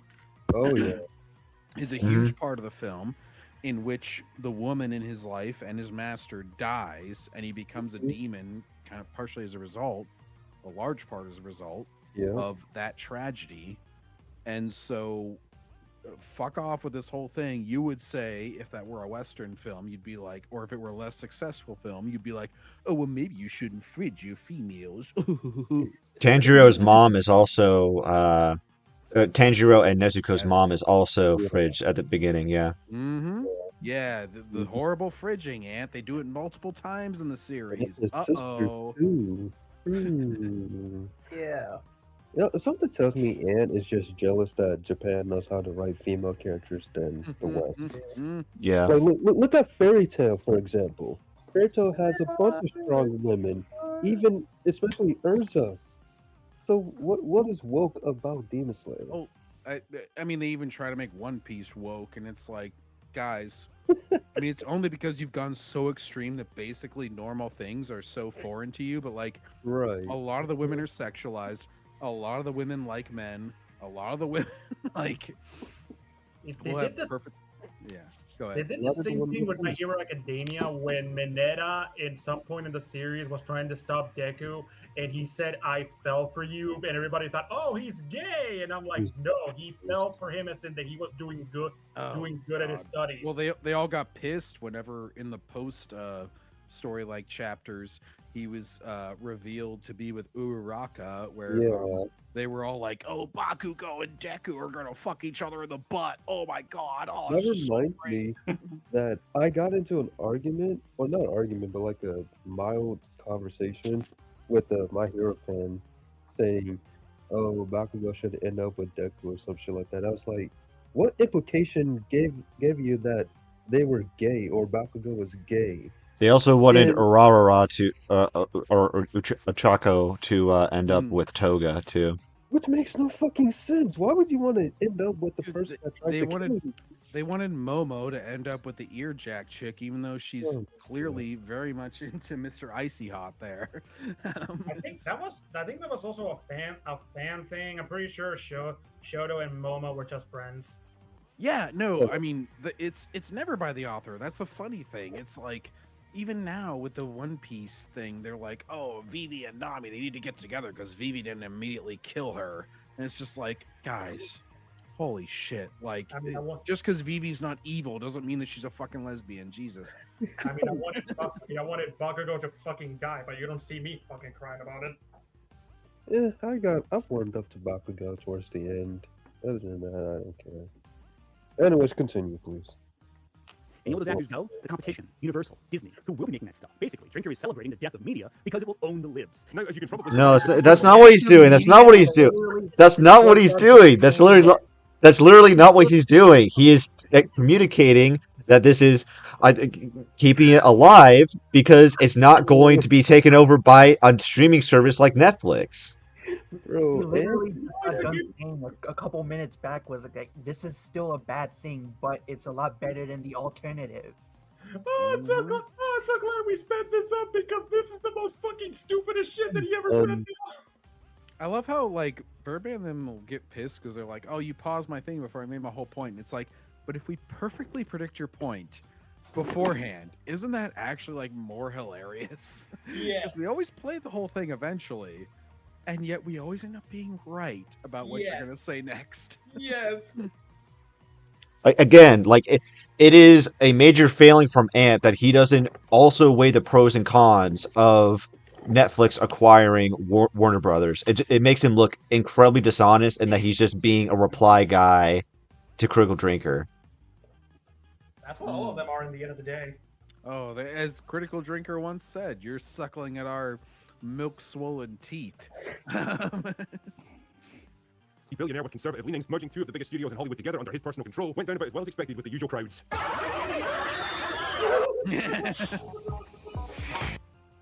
Can we stop with the video, please? I'm done. It's almost over. It's almost over. It feels like torture. It feels like it's been going on for 3 hours. All right, they enjoy you suffer for your work. Oh boy, Huh? Monks is like, "This is the third time you play this laughing thing." Kino, I forget if you were there for whenever we did the Eric debunks. No, he video? wasn't there. No. Yeah, so like No. Eric started freaking out whenever Drinker repeated clips in his videos, and it was like to a comical degree. Like whenever he reached like the third time that he saw a clip, he was just like, "Oh, oh." He's repeating it again, and they're like very short clips, but I don't know why. It just like really triggered him. If I remember correctly, at one point he literally turned around on his swivel chair, put his whole face into his hands, and just straight up lowered his head as if he was about to cry or something. Yeah, that's what John was doing. To be fair, that was the most relief his Spider-Man chair ever had. Yeah, poor guy. Modern culture and have to compete with other creatives that don't share your particular worldview, isn't it? Pass me the world's smallest violin, will you? He gets to say, "Oh, the woke people are mad," but what do you get out of it? You get less media. The Drinker has always presented himself as an anti. How are we getting less media? Where at all in this deal are we getting less media? If anything, it's more accessibility so far from this deal. Isn't that just another prescriptive thing that he doesn't like elaborate on? Like that's a bad thing? Yep. So you agree that consolidation is bad, Ant. So you agree with Drinker. I know you hate to say it, but it's 100% true. You agree with him on this point. But also he's arguing that it's the lesser of two evils. I know it's a difficult concept for you to grasp, but like somebody was going to buy them. They wanted to sell. I just want to know why Ant think Netflix would have been better. He never explains it at all. Yes, he brought it up. Or hasn't explained it, I should say. We're not done with the video yet. Backseater, the fuck is this? I don't know. I just want to show it because I was scrolling through X and I found it. I want to show it off because it goes really fucking hard. That's why. Okay. How far down the rabbit hole did you go? I don't know, man. I just need a fucking break. We gotta keep going. We're almost done. We're almost done. Bullshit. What else he puts on? The truth is, all he sees is a game. You know, you wouldn't know about all the stuff that Paramount does if you watched anything other than an action film. If your mom watched Netflix, she's probably seen Grace and Frankie, whoever it is. But the problem is, He turned that down. it's the full portrait. Ellison is ultimately a businessman, and his sound even his successes have not been all that successful because of him, but because of creative drivers and veterans in the industry. What happens when you blacklist so many and alienate so many that you have less people coming to your projects with potential? What happens when you cut costs from different studios, different television stations that have made your studio what it is? A slump in the industry, less projects, less risks, more boring stuff. And if Ellison is your guy, a guy who made career dark fate, the very thing you presented as a sign of the message entirely, and you argue that's what you want moving forward, but no, Drinker tells you, Paramount's gonna fight Disney. Look at what Disney's putting out, like Predator Badlands, a movie that the Drinker hated, but general audiences seem to really like. Okay, and how did that perform at the box office, Ant? Right. It flopped, you fucking moron. Why do you keep saying the audience liked it when it was obviously a lie? What was Predator Badlands like? 187 million. It box flopped. office? It had to. It had to have. It was made on a budget of around 100 million, and it needed to make around 200 to break even, and it made 180. Mm-hmm. And then we had what was it? Alien. They've kind of driven that Alien around. Romulus, I believe. Yeah, they had Alien. Well, then they had Alien Earth. I know a lot of people forget that happened, but that was a series that came out. I think it's been renewed for a second season. Yeah, well, that was like before the first season even came out, I think. Yeah. Oh god. Terminator Genesis? The bad Transformers movies? Is this really the best shit you got, Ellison? Oh no, they're gonna bring out Star Trek with Section 31. Yeah, this is the guy who the drinker is telling you. Oh my god, you're gonna. All right, I'm done. Section 31. Can't take this Section shit no 31 more. was clowned on by Section 31 was like a C-section to the senses. Ooh, it was a C-section of the franchise, only it was unsuccessful because the baby did not survive. Anyways. I love how that unironically rhymed. That was my wrestling promo, Evan. I was like, you were a C-section of the franchise, but the baby did not survive. And the numbers spell disaster for you at Mhm. sacrifice. Yeah, I mean, and all I needed to say is just if you don't see the potential in this merger, I think you're delusional. This has like several analysts have come forward to say that this is likely to rival Disney in terms of overall content they can put out. Now, that's granted, they can fail. This merger could just be completely could go up in the air, but that doesn't negate, as of this moment, that it can be successful. It has a lot potential, and the fact that you can't, and you not acknowledging any of that shows that you're just completely not you're just completely biased in addressing it. You just want to go after Drinker for whatever reason and say that he's wrong. Audience, not against your own interests, and lie to everyone about who you really are. But then again, any of us keeping track. I've told everyone already, you were nothing more than a liar from the moment you started opening. Okay, so this confuses me. Where did Drinker lie anywhere in his video? In his fucked up head. At best, you can say that he's jumping the gun on this topic, but then Ant is also guilty of the same thing because he praised James Gunn's universe, despite a lot of the things he was praising it for not actually having come to fruition. So it's like, what standard are we operating here? I still don't see where he lied. Like, this in of itself from Ant is a lie. He's just jumping. Like, it's just as you said, Alex. He's just simply jumping the gun, but that's not a lie. The James Gunn. Celebrate people losing their jobs. Celebrate families who have to take out a second mortgage on their homes to feed their families. Because most of the people who are suffering are most of the people who rely on consistent television work, consistent thankless work. Okay, that would have happened anyway with the Netflix merger. People would have been laid off regardless. I think Ant is pissed off that he can't. To be fair, every time a big merger happens between studios, a lot of people do get laid off. I mean, that's my point. Pixar, some people got laid off. And of Yeah, course, that's when it. Disney bought Fox, a whole lot more people got laid off. Yeah, that's exactly my point. Like, Ant is acting as though this was only the result of the Paramount merger, which was going to happen regardless. Like these special effects guys losing their jobs. You want to point to big name actors you recognize. You don't know their names, but you ignore the names and the credits of people who make your films possible. You're celebrating the suffering of the little guys. The people who you are supposedly appearing. Who is he? Where is he celebrating the suffering? Again, just to go back a couple minutes. Drinker dancing on the fucking corpses of these people. What? Drinker said that this merger was like the lesser of two evils, so clearly he's not entirely on board with what's going on. He's just saying it's preferable to Netflix buying them out. The lesser of two evils. And you were a writer for Polygon. Your argument is fucking invalid. Yeah. Why don't Ant take a trip down to fucking Backseatville? Because we got a fucking nice fucking local way we teach lessons down here. We walk up to you and we're all like, Yo, homeboy, welcome to the hood, brother. and then we pee on them. But anyways, And above all else, that's the most egregious thing, isn't it? Because you're not just celebrating, oh, Mark Ruffalo won't get a job from a company he's not working for anyway. You're celebrating the extras, the overworked guys. Supposedly you're on their side, right? Well, guess you showed them, huh? Anyway, that's all I've got for today. And you just invented an entire thing on your head that made drinkers seem evil, but the reality of all of that was that you just can't accept that people accepted a lesser of two evils and not the one that you enjoy the most. And to top it off, you think, oh, they're suffering and all that shit, when the only one people here are suffering are the people who listen to your stupidity. I want to see if there are any comments that say it's preferable if Netflix had acquired it instead. We found Eric DeBunks' burner account. Lol at his use of clips from 2016 to think that the wokes are matter. Just pathetic.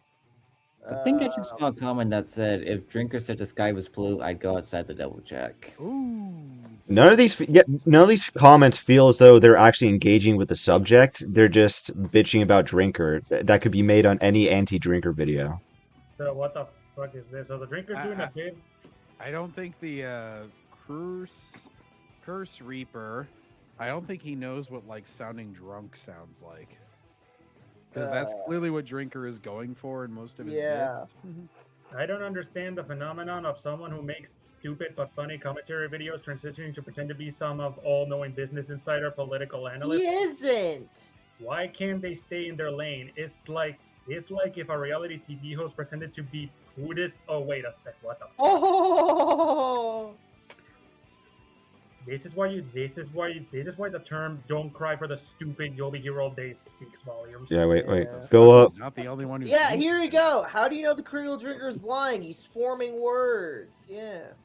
Genuine question: does the Critical Drinker grifter like anything? Like, does he get any enjoyment of watching videos? Well, maybe if you look at his other channel, you'll understand that. Here's hoping that the deal doesn't go through. It's already gone through, isn't it? Not. Hey, here's one. I've seen some of your videos, and if anyone is lying, it's you. Yeah. Source! I actually like dark The faces. Reddit mod is like source. The funny thing is, so did Ant. I bet if you were to ask him about it back then, he would say, "Yeah, it's good." But now he has to pretend that. Now he has to act as though his position was that it was bad because he's against. Is so granting and annoying. I can barely watch this, even as we hear him for only half a runtime. It's quiet. Oh fuck. Oh my God. Well, this is the funny thing. This is the funny thing, right? If Ant really thinks that Paramount is as woke as he is exclaiming it to be, if he really believes that David Ellison is as woke as he's saying he is, why is he upset at them acquiring it in the first place over Netflix? Because then people will be fired and Drinker will be dancing at their grave. But again, people are going to be fired no matter what, no matter who acquired it. People are going to be fired. Well, I'm pretty sure it's just an anti-monopolization sort of thing. Again, in either scenario, it was going to be a monopolization thing. Yeah, Netflix, if Netflix or Paramount acquires it. well, guys, we had a whole bundle of fun this video. We had some laughs, we had some cries, we had some feelings of boredom. We peed on it, we debunked his point, we laughed at Drinker's clips, we infringed on Mr. Popo's copyright. I say we had a full day here, y'all. Oh, yeah. Yeah, sure. Backseater and pretty much debunked himself. Well, anyways, guys, that's going to be it for this stream. So if you guys enjoyed the stream, please give it a thumbs up, comment below, subscribe to more streams like this, and I'll see you guys next time in the backseat. Take care. All right, and I'm gonna end my stream too. Let me know if there's anything you guys want me to react.